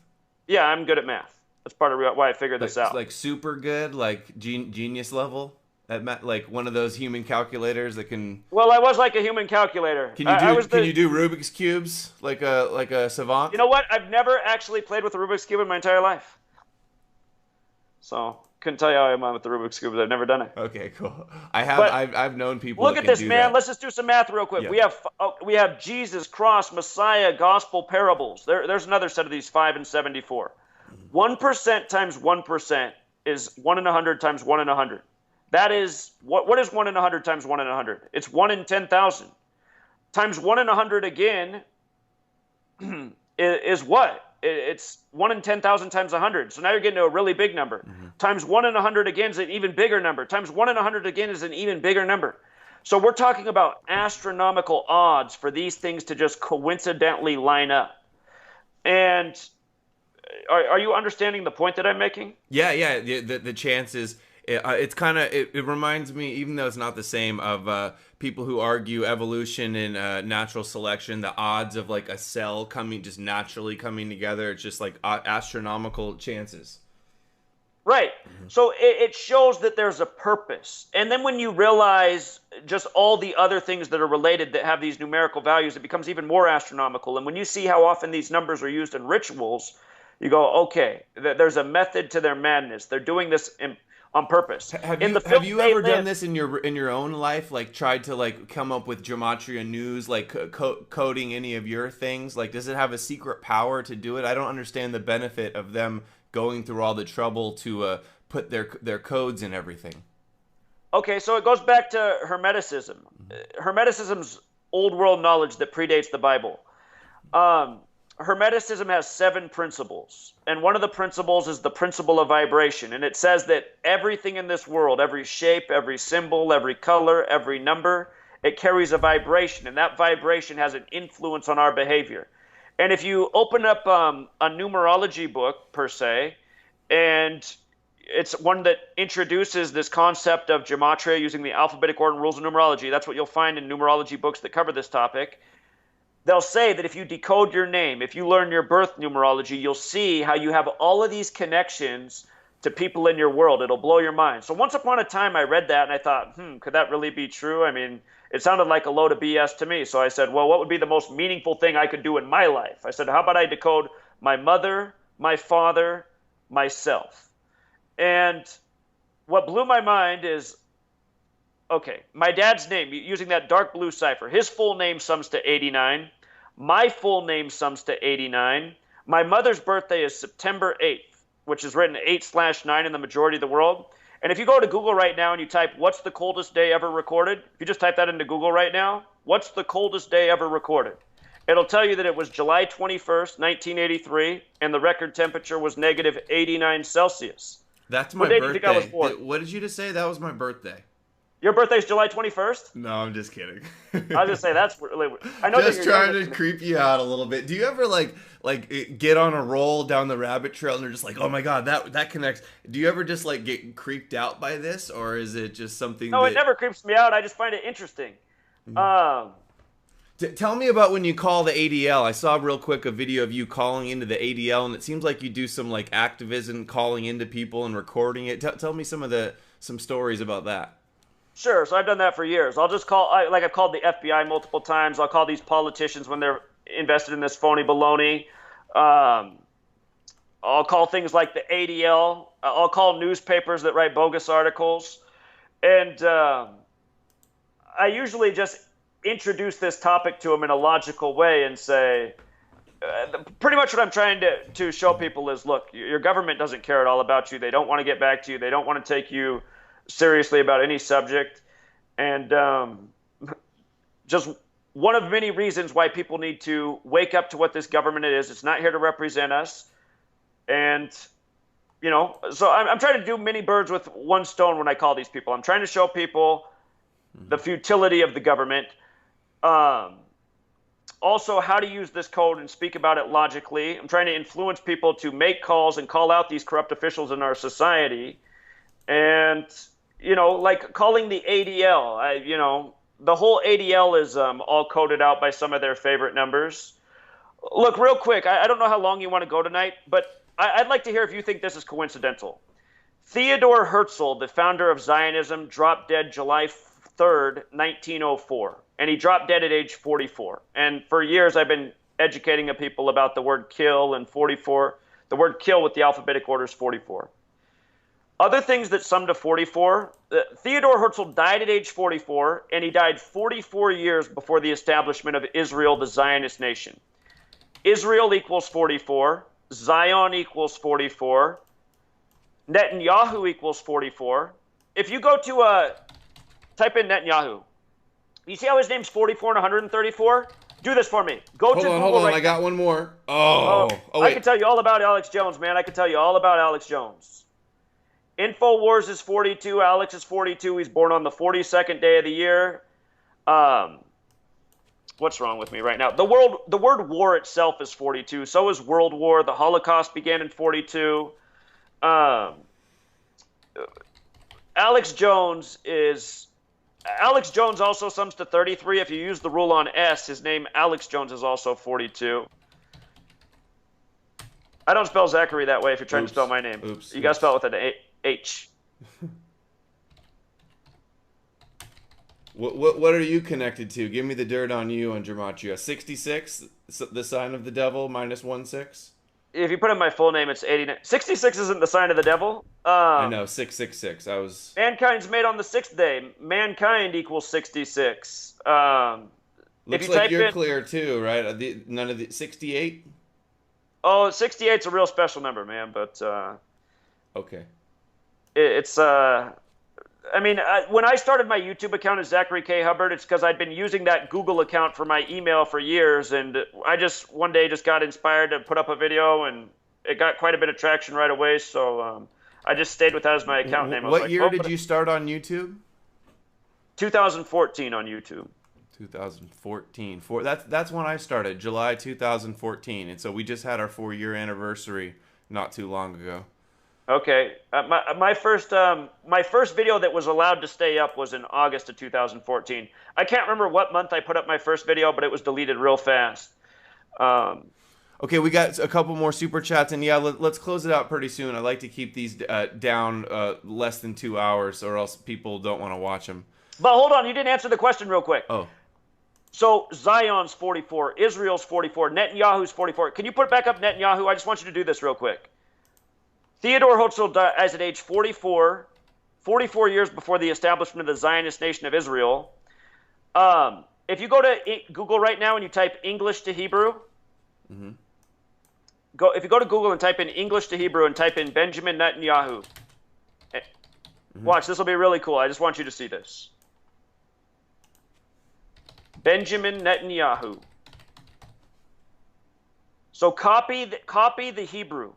Copy and paste. You're going to copy it. Okay, now bring that back to the Gematrinator calculator. Oh, this does Hebrew too?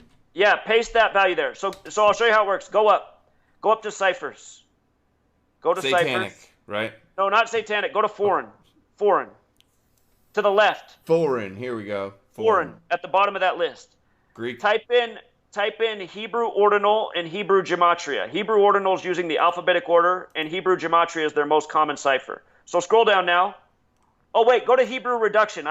Hebrew reduction is important too. It's like the dark blue cipher in English. You see how Benjamin Netanyahu's full name is 44, and then with the ordinal it's 134, and when we type in Netanyahu it's 134. You see that? If you put in Netanyahu in English, it's 44 and 134.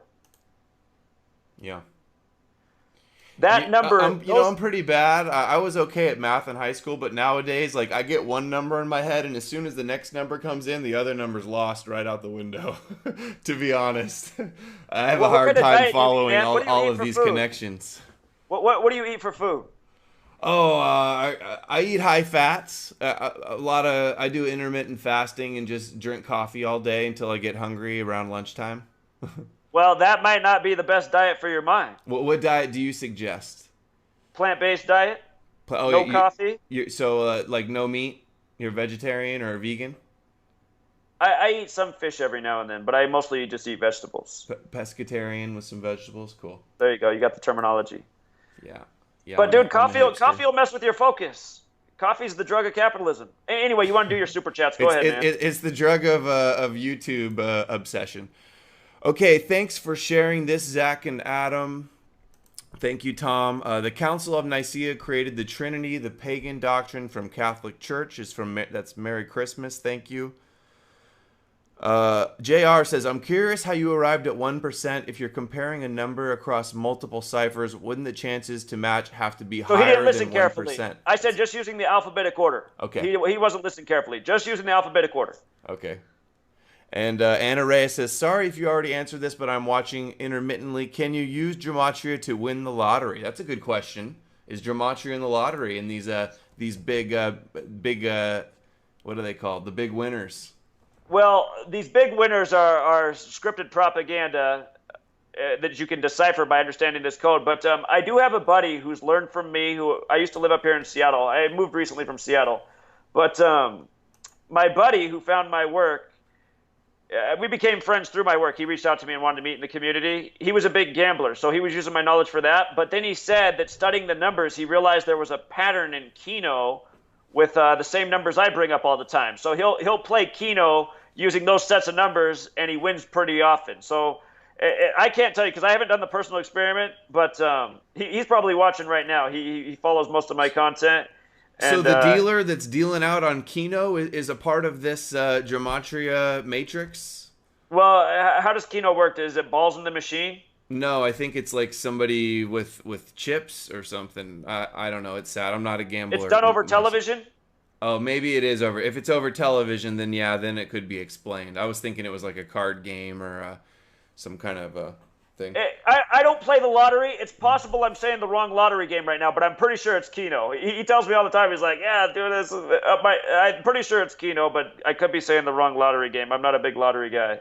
Yeah. So. Well, you do. I looked. You do have a nice following on Patreon. There's definitely some people out there that are appreciating your insight into gematria, and I guess it must your picks must be working for people if they're following you, and you got a good channel with a nice following there too for the time being until you get taken down again, I suppose. Sure, that day will come, absolutely. But hey, you never answered the question. Do you think it could be coincidence, all of these 44s? If you type in Western Wall, if you go to that thing down there and type in Western Wall, you know what the Western Wall is, I'm sure. Trump, who's the 44th person to be president, a lot of people, Trump is number 45, but he's only the 44th person to be president. Grover Cleveland was number 22 and number 24. So that split count, or a split term, so he messed up the count. The 25th president was the 24th person all the way up to the president. Notice how Western Wall's 44 and 64 in the base ciphers. Type in Israel again, type in Zion. 44 and 64. Type in Zion. And again, these numbers are these special. Names like Israel, so they all translated from Hebrew. I just can't see how that translation with numbers would be able to translate over. Hold on, but let's get to a point here. Yeah. So Donald Trump went to the side of the Western Wall May 22nd, 2017. You just saw that Western Wall was 64 and 44. Mm-hmm. You have to know date numerology too. May 22nd, 2017, two paths to get the date numbers.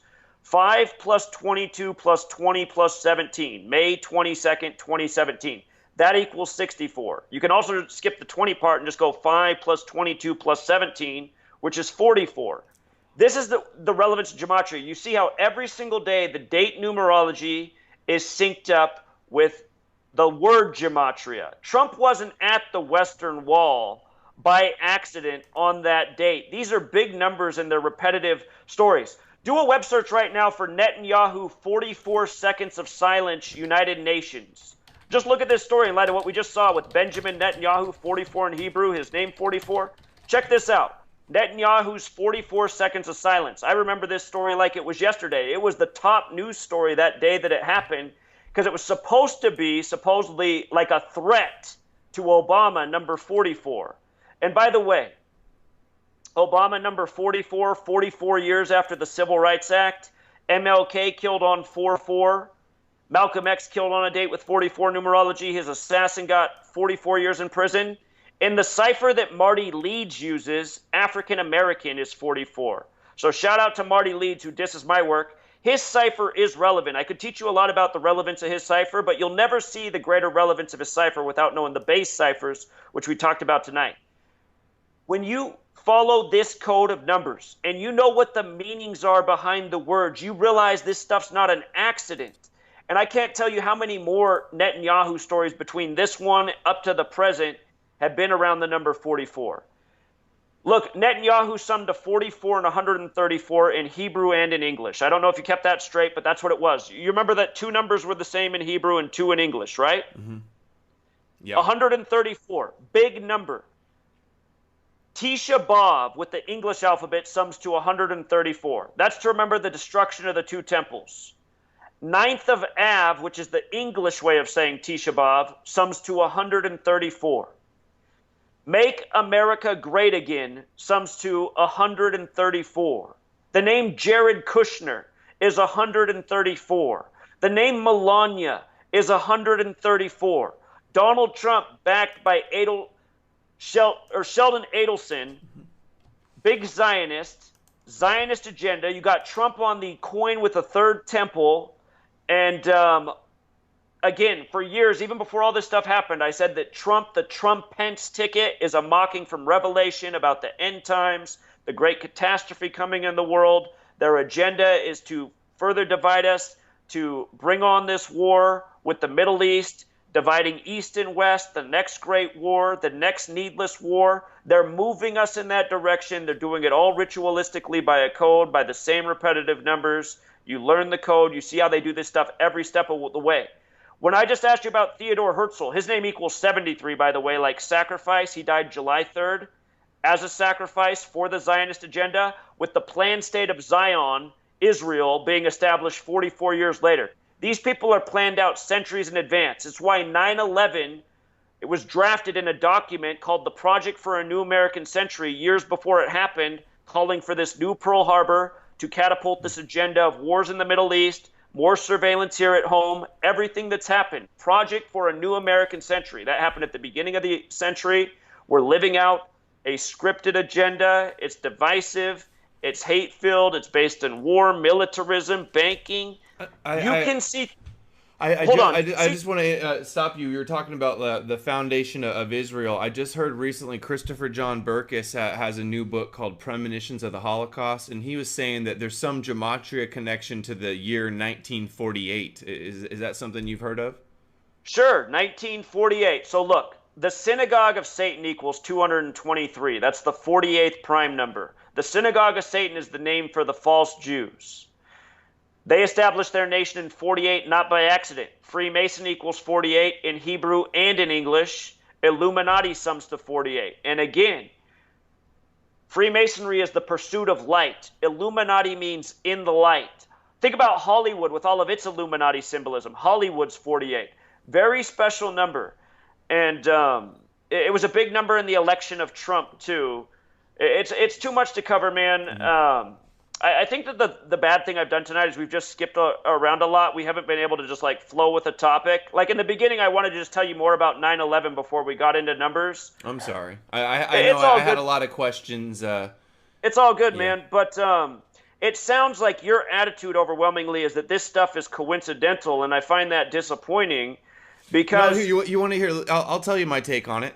I think that, I know that there's definitely Jews in the world that this gematria is very important to them, and it's definitely something that's been going on in there, something they've been into for a long time, since the beginning. But as far as like all of the athletes not really like trying to win, like I can understand games being like maybe thrown, like missing a shot at the end or playing bad so that you lose. But to have all of the numbers being equal something, it just seems like maybe we're looking a little too hard into things and finding connections that aren't always there. Is my honest thought. So here, let me counter what you're saying. I'm sure you're familiar with the Golden State Warriors and the Splash Brothers, Steph Curry and Klay Thompson, right? So Steph Curry, do you know what day his birthday is? No. It's March 14th. It's Pi Day. 314, like pi, 3.14. Mm-hmm.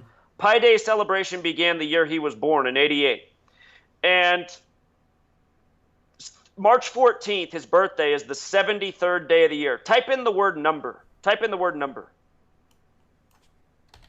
The most important number is pi. The word number is 73. Pi Day is the 73rd day of the calendar year. Notice that in our most pure cipher, the alphabetic order with the rules of numerology, number sums to 28. That's the dark blue cipher. 28. Here's why that's interesting. The first three perfect numbers are 6, 28, and then 496. Huge jump up. Notice how many letters are in number. There's 6 letters in the word number. It sums to 28 in the most pure cipher. 28 and 6 are the first 2 perfect numbers. Numbers are perfect. This is why numbers are used for things. Of course, you can use numbers to manipulate things, but numbers are perfect in themselves. That doesn't mean they're free of manipulation. Anyway, If you look up Klay Thompson's full name, if you want to look it up real quick, Steph Curry, okay. The Golden State Warriors set the win record with 73 wins, right? Do you remember that? That they set the win record eclipsing the Bulls with 73 wins? Yep. Okay. Del Curry is the father of Steph Curry, former NBA player. Del Curry was playing in the league when Jordan and his Bulls set the 72-win record. If you go back and look at the 73rd game of Jordan's record-setting season, his 73rd game was against Del Curry. Okay? His 73rd game was. Klay Thompson is the father of Michael Thompson, who used to play for the Blazers and the Lakers. I want you to look up Klay Thompson's full name. That's not his full name. Get his full name real quick, and I want you to copy it and paste it in here, and I want you to see what jumps out about Klay Thompson's name. And later, I'd like for everyone to go to my Gematria Effect Sports channel and watch my video on what just happened here with Klay Thompson's 14 three-pointers, an NBA record. So you need Klay Thompson's full name. Do you see how it sums to 314? Yes. 314. Like pi, like 3.14, right? These guys are the sons of former NBA players. They're two of the best basketball players on this team. Type in the word Oracle. Oracle. Oh, shoot. I just realized I wasn't showing this on the screen. There we go. Klay Alexander Thompson 314. Oracle is the stadium that they play in that's owned by Larry Ellison. So, do you remember when the Boston Celtics broke the Warriors' home record win streak at 54 games in Oracle? No. You can look it up. The Boston 54, Celtics. Yeah. Okay, and when you flip the alphabetic order around, Oracle's 108. The Golden State Warriors win with 108 points all the time. If you write out Golden State Warriors and use the rule on S in our most pure cipher, Golden State Warriors is 108. When Steph Curry signed his record contract, he signed it 108 days from his birthday. Type in the word geometry. Geometry. You see it. With the alphabetic order, geometry sums to 108, and with the reverse alphabetic order, geometry sums to 108. That number is very special. Where it gets its significance from is in the geometry of what we're told about the relationship between the sun, the earth, and the moon. If you look this up, it's all factual. The diameter of the sun is said to be the diameter of 108 Earths. That means 108 Earths stacked across is how wide the sun is. And it's said that from the Earth to the sun is the diameter of 108 suns. And from the Earth to the moon is the diameter of 108 moons. I heard you say you're into yoga. You probably know about 108 sun salutations in yoga, 108 prayer beads. I've heard of that term. I didn't realize there was 108, though. It is. So 108, and this is related to the sun. Type in Major League. Okay, we got a super chat from your buddy Marty Leeds, so we'll get that in a second. But what word did you want me to read? Major League. Major League. There's 108 double stitches on a baseball. 108 double stitches, okay? I just saw something recently that, well, I know Freemason created basketball, but also that baseball is all, is that your video, that baseball is all created by Freemason symbolism? Well, other people have covered that topic, Yeah. but what I've taken is shown how they coded all the numbers into this subject. So 108 double stitches on a baseball. I guaranteed the Cubs were going to win the World Series to break the 108-year curse the year they did it in spring training. And by the way, I've done this every year since spring training. Every year since spring training, I've called at least one of two teams in the World Series. Last year, I had it dead on why it would be Astros over Dodgers. I also got an article written about me last year making fun of me for what I exposed about that. So anyway, if you look at the Super Bowl, they sew 108 game balls for every Super Bowl. That's a Super Bowl tradition. There's 108 game balls made for every Super Bowl. Gematria, the practice of coding numbers into words, means geometry and language. Not an accident. Here, I want you to spell a word. People know this about the NFL. It's a complicated word. It's called vesica piscis. Or here, you can look at this up. I just want to show people this, just so that claim you made 108 footballs. For every Super Bowl. Look at this. In the case of Super Bowl balls, the factory began working, blah, blah, blah. Each team gets 108 of them in 2 shipments within 48 hours. That's the number. You know, when the Cubs broke the curse, they beat Cleveland. There's 108 double stitches on a baseball, which actually means there's 216 stitches. They beat Cleveland, which is the 216 area code. Not an accident. And I showed for that World Series in spring training, I predicted it would be Cubs over Astros. I was wrong about the Astros part, but when the Astros were eliminated, the next thing I said is it'll be Cubs over the Indians for that exact reason, the 216. And I was right about that as well. So that's what I mean with my picks. I can often see at least one or two teams. Sometimes it takes – last year, for example, in the NFL, I told people why the Super Bowl would be the Patriots and the Eagles from September 23rd on. Everybody thought I was wrong when Carson Wentz got hurt, but I said, no, man, you guys aren't seeing it. Nick Foles is perfect to complete the ritual I've been talking about all year. So people told me I looked like him, Nick Foles. Nick Foles? You sort of do look like him. You sort of do. Somebody's told me that before. That's not a bad thing, though, but you've got sort of a resemblance. Okay, so let's get to Marty's question. It's a gematria question, and he's another researcher with videos about this. And that's Marty Leeds Live. He says, using septenary cipher and rule of Colel, the 10 words of the decimal system sum to 180 in English, French, and Spanish, ? Thoughts, Zach? Did you get that, or do you need to read it? I think it's a brilliant observation. I think Marty does great work. Look, Marty says the entire English alphabet is based in pi. Can we go back to the gematria calculator? I want Marty to explain why he denies this. If you can go back to if you would write out 22 divided by 7 for me, I would be grateful. 22 no, not like that, as words. 22 divided by 7. And the reason we're writing this out is because this is the mathematical shorthand to get to pi. This is how a mathematician quickly gets to pi. 22 divided by 7. Now look at the alphabetic order. Look at what the alphabetic order sums to. 314, like 3.14 for pi, right? Notice the 107 in our most pure cipher. Would you click on the 107 for me? Wait, where did we get 22 divided by 7 again? Okay, so Marty Leeds says the entire English alphabet and the coding behind it is based in pi, right? That's right. Yeah, I remember him saying that.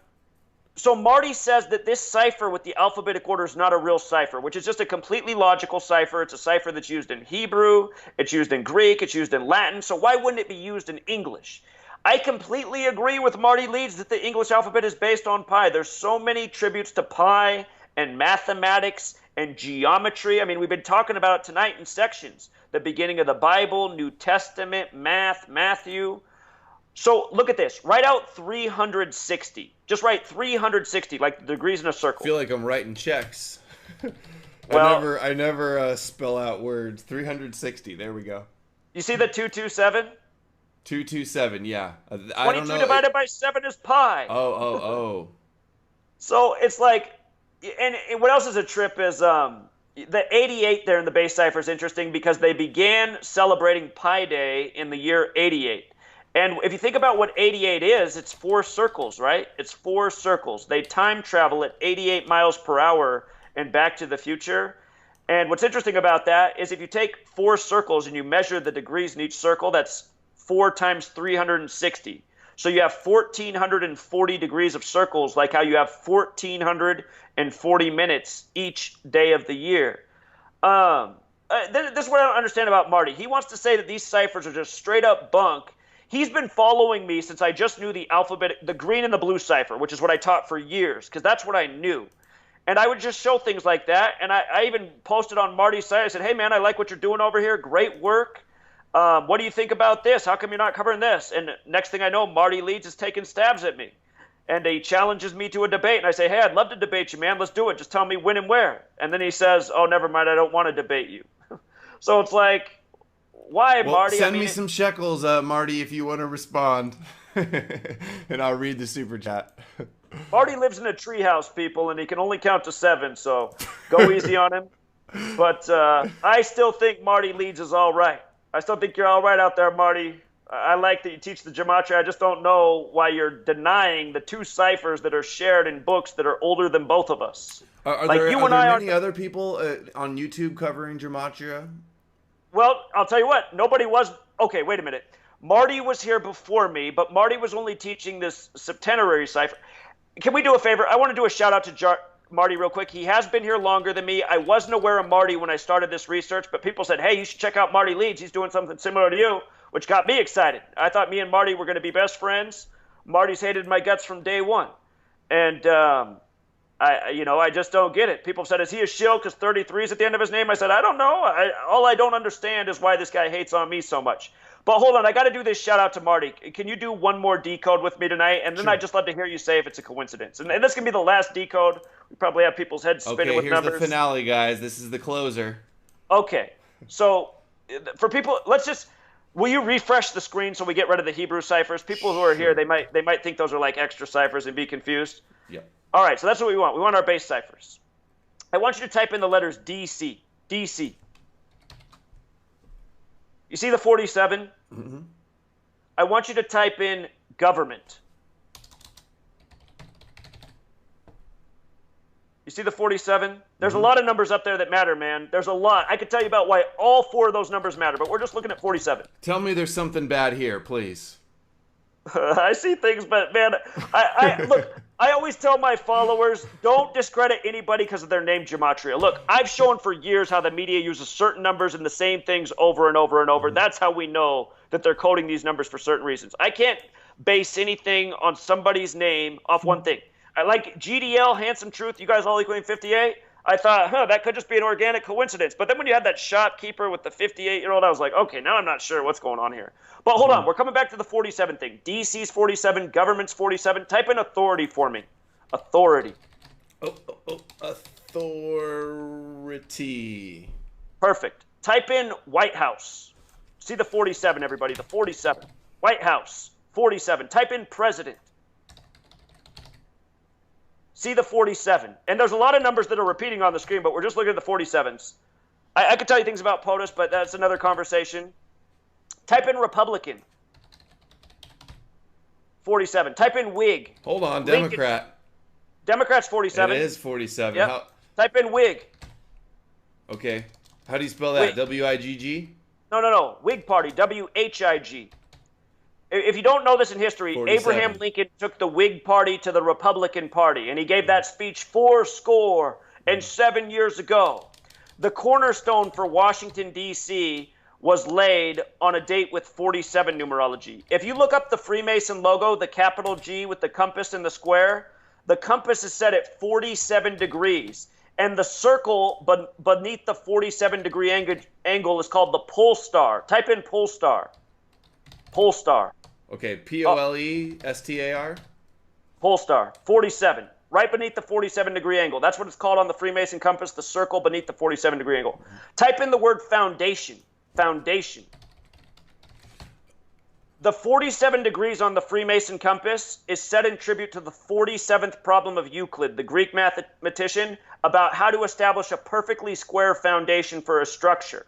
The cornerstones of so many things have been laid on dates with 47 numerology, including Washington, D.C.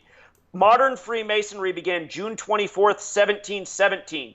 6 plus 24 plus 17, that was a date with 47 numerology, not by accident. Type in the name Trump.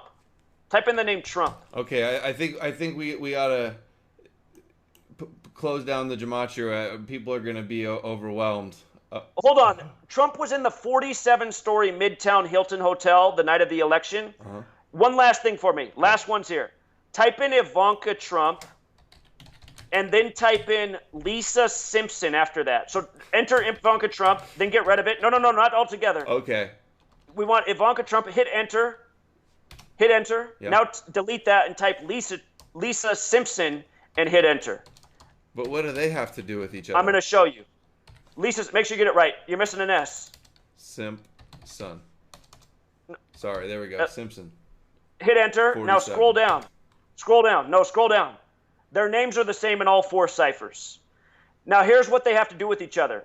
The Simpsons had the predictive programming for Donald Trump. Donald Trump is followed by the first female president of Lisa Simpson in the cartoon. There's also another cartoon made after that about how Ivanka Trump runs for president in 2028. That's the year she turns 47 years old. Trump was in the 47-story Midtown Hilton Hotel the night of the rigged election. Not by accident. Obama took office at age 47. This number's always big in D.C. If you write out France, it sums to 47. France was designed by the late Enfant Plan, a 33rd degree Scottish Rite Freemason from France. This number's big business to them. Again, this entire code is in tribute to God. In Hebrew, Elohim sums to 47. And remember, we were talking about all the spiritual numbers that are 74, including Jewish and Masonic, and how Jews write out God G-D, 7-4. In Hebrew, you read right to left, though. So 7-4 with Hebrew vision is 4-7. These people are playing God over us. Something you can research and tell me this is a coincidence. I pointed this out in 2015 when Trump took office. You'll notice on that list, President's 133, White House is 133, Government's 133. It looks like government fell off your list, but it's another 133. When Trump first began to run for president, there were headlines put out about how Donald Trump was the 133rd richest man in the world, and then a big deal was made about his 133rd appearance on Fox News, which Fox talked about, CNN talked about. When you know this code, you go, oh, wow, these people are coding things through the numbers. They're communicating what's to come. If you look up the TV show Suddenly Susan, there was an episode from May 8th in history about Donald Trump becoming president. May 8th, 5-8, like how he won the 58th U.S. presidential election and everything else we talked about earlier. The point is you learn these numbers, you look at dates in history, you see that this is how they're conducting their rituals. I admit, when I started, I thought there's things I could tell you about all these numbers you're putting up on the screen, by the way, man. There's a lot to know here, but... Somebody sent a super chat asking to see Libertarian because we did all the other political parties. You see that 188? You see that 188? Type in Bavarian Illuminati. The U.S. dollar bills are full of Illuminati symbolism. And the U.S. dollar bills are the 1, the 2, the 5, the 10, the 20, the 50, the 100. You add them together, they sum to 188. Notice Bavarian Illuminati is also 80. This year on August 18th, we had the death of Kofi Annan on 18/8 at age 80. His full name, Kofi Ada Annan, equals 80. So does Nobel Peace Prize. He received the Nobel Peace Prize on the day leaving 80 days left in the year. So do most Nobel Peace Prize winners. These are just the types of things where you're like, oh, wow, they give out the Nobel Peace Prize on the day leaving 80 days left in the year more often than not, and it equals 80. And that was the big story when Kofi Annan died, that he received the Nobel Peace Prize. I can give you, there's so many examples from my work over the years of how they code this number 188. Very special number. It is interesting that it's coded into Libertarian because it's another compromised political party. And for all the libertarians out there, look, I totally get the ideals and where you're coming from. I'm mostly there. I want to abolish the federal government. I want smaller government. I want a whole lot of things that we don't have in this world. But still, the political parties are controlled. The Green Party, the Libertarians, of course, the Democrats and Republicans. What did you think about? Hey, I didn't give the shout out to Marty Leeds. I didn't give the shout out to Marty Leeds. We got to go back to the cipher. We got to do the Marty. I just closed it out. I'm ready to wrap it up. We're over 2 hours. All right, the Marty Leeds cipher, the one he uses. If you write out Washington, D.C., where 47 is the number, in Marty Leeds cipher, which is on that calculator, it sums to 47. And I don't know how anybody could think that's a coincidence. Marty's cipher is a supplementary cipher that's important, but it's not the most important. You can't use his cipher to see through the propaganda in the news every day. You can use that dark blue cipher to see through pretty much all propaganda. You look at the other ciphers that we looked at tonight, you see even more. So anyway. Right. Well, you hear that, Marty Leeds? Your cipher is weak. I didn't say weak. I just said I call it the parsley method. I say, if you have a dinner plate, if you have a dinner plate, your cipher's not the main course. Yours is the garnish. Right. It fills out the plate. It's got some nutrients, but it's not the cipher, which Marty says it is. He'll go, my cipher's the cipher. It's the only cipher. It's like, no, Marty, you're deluding yourself. All right. Well, you guys ought to get together and work it out to see who the Gematria King is. You guys can leave me out of the drama, okay? Hey, if two guys wanted to have a debate and one guy didn't want to debate, what would that reveal to you? I don't know. Sometimes people use that excuse with me. They go like, debate me, and if I say no, they say I'm scared. So, that's not always the case. But I like to debate. I like to hear people out. Okay, well, I hope you research this topic more. This topic is real evidence for how the Zionist cabal operates. They do everything in our news media every single day by this code. All of the world of sports is scripted by this code. We prove it every single day. We've been proving it straight for 5 years. If you think that I'm wrong, look, it's too bad that Google deleted my channel, because there used to be thousands of videos that were evidence of the things I was speaking about. You know, I told everybody to circle the weekend last year that was Yom Kippur, the day for atonement for your sins on the Jewish calendar, how it lined up specifically last year. I said, we're going to see the biggest false flag in the U.S. since 9/11. I said it 100 times. That was the weekend of the Sin City shooting. Yom Kippur, atonement for your sins, the whole thing, a perfect numerical ritual. I saw it all year. I called a lot of false flags. Sin City, you mean the Las Vegas shooting? Right, from Mandalay Bay Casino at the Jason Aldean concert at the Harvest Festival. The Harvest Festival. So, yeah, man. All right, well, Zach, thanks for coming on. Gematria is a huge rabbi trail to go down. I guess from my conversations with you and Marty, I learned a little bit. Besides your book and your show on Truth Frequency Radio, is there any well-known, famous historical books about Gematria, where you learned a lot of your information? So the first books that I read were Faith Giovanni, that's the author. Her book's The Divine Triangle, introduces the subject clearly. Mm-hmm. She doesn't show how it's encoded in propaganda, but she shows certain things. Mm-hmm. And again, the other great book out there for information is Manly P. Hall. Mm-hmm. Manly P. Hall, by the way, waited 47 years to go from his 32nd degree in Freemasonry to his 33rd. The word time equals 47, by the way. The tropics of this earth that measure the solstices 47 degrees apart. Also, a lot of the Greeks were into these secret societies. A lot of the great Greeks, if you read about it, they waited to get their rights until they were the age of 47. So this number goes way back.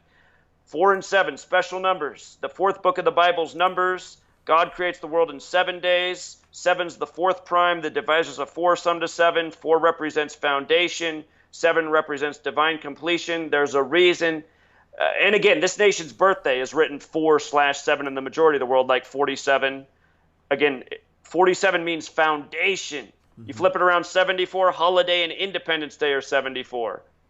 And you got a lot of numbers in your noggin, bro. That you got a lot of stuff memorized, all these connections and birthdays and. Dude, I gave you about 1/1000% of what I know about this code, man. And I really, if you really want to expose Zionism, mm-hmm. if you don't have to go overboard with Gematria, make your videos all about Gematria, mm-hmm. but if you just start looking, like the headlines you show, sometimes I'm like, damn, if only this guy knew Gematria, then he would see why those numbers are in that article and how they're emphasizing the exact words he's talking about right now.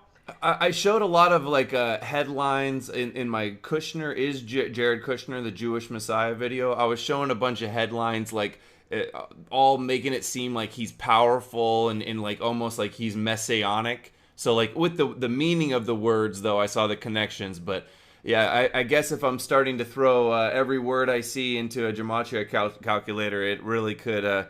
It's like you could just go on forever trying to look for stuff. Keywords. So when I do my work, people look. If you just go watch my live streams that I do, because at the end people are asking, "Hey Zach, can you look at this?" And I'll decode the whole story in 2 minutes.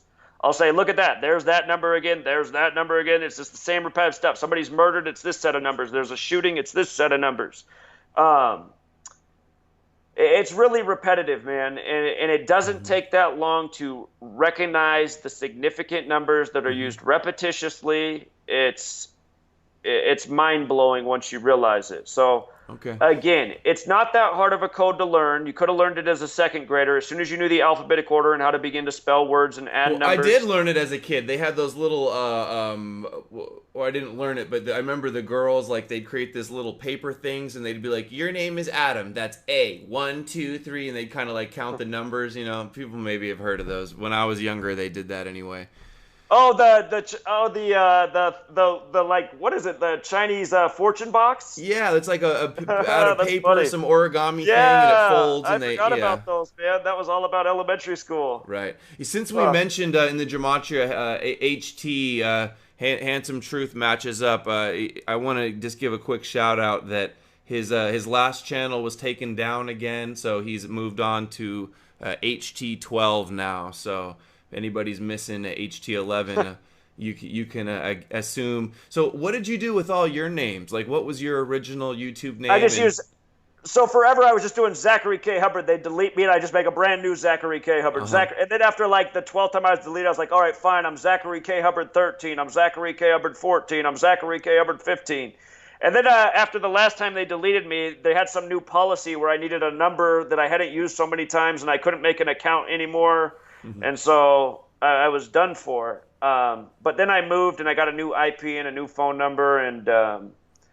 Jeez, that's got to be sad when you just you keep getting deleted so many times and creating new ones and not giving up, and then eventually they just go, nope, no more. You're not allowed online anymore at all until you move. It's terrible, man. So I noticed Jurassic Liars is a mod in your channel. Part of the reason he gets deleted so much is because of his words that he's using. It's same for Handsome Truth. These guys are very direct and cruel towards most Jewish people.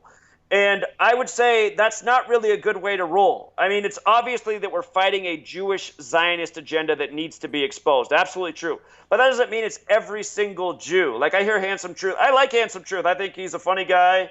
He's engaging. I appreciate he's relatively green. I'd say you're relatively green as well. But I like both of you guys. I like your direction.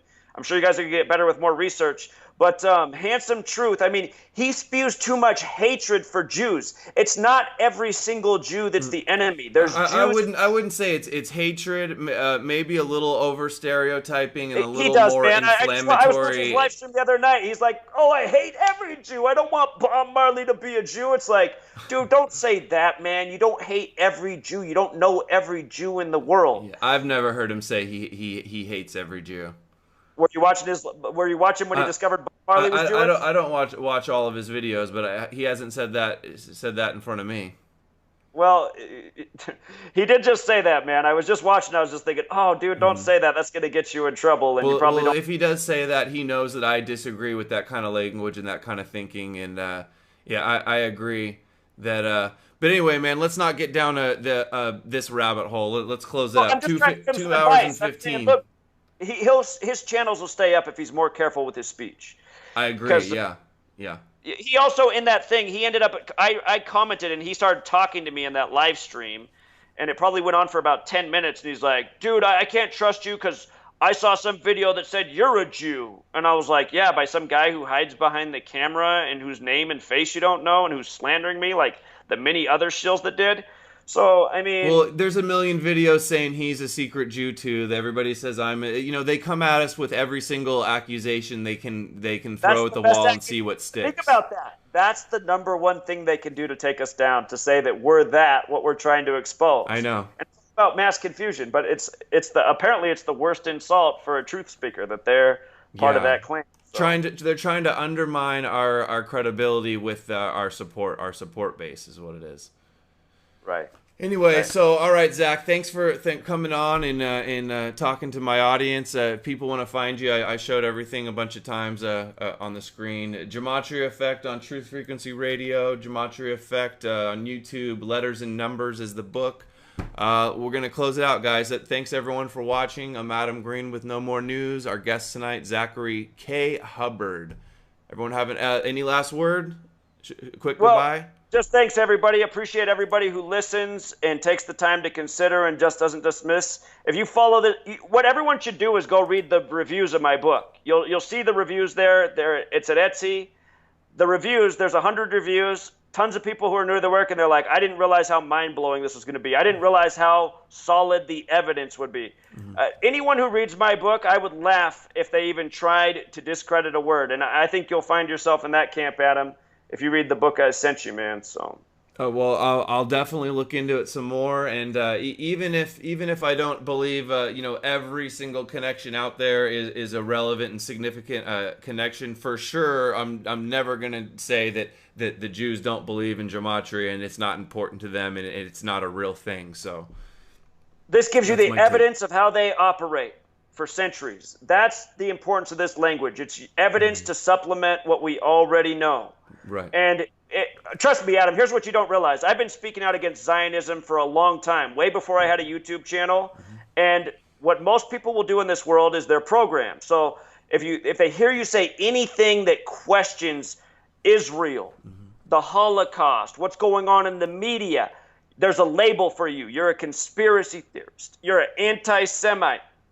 That is in the consciousness of the programmed populace. And to overcome that barrier that's there, that exists in this world, you need crucial evidence, ammunition evidence to show what these people are really doing. And some people, they'll never be reached by Zionism because they're not willing to look at anything. But if you have gematria, you can prove the numerical agenda and why things happen on the dates that they do. Because I'm telling you, every single thing in the news is a ritual involving this code. It's Kabbalah. It's playing God over the masses by the old world belief that this is how the world is controlled by God. So leave it there. Cool. I saw we still have 800 people watching. Thanks everybody for sticking with us this long. We're closing it out. Stay tuned for more videos. Have a nice night. All right, man. Have a good night.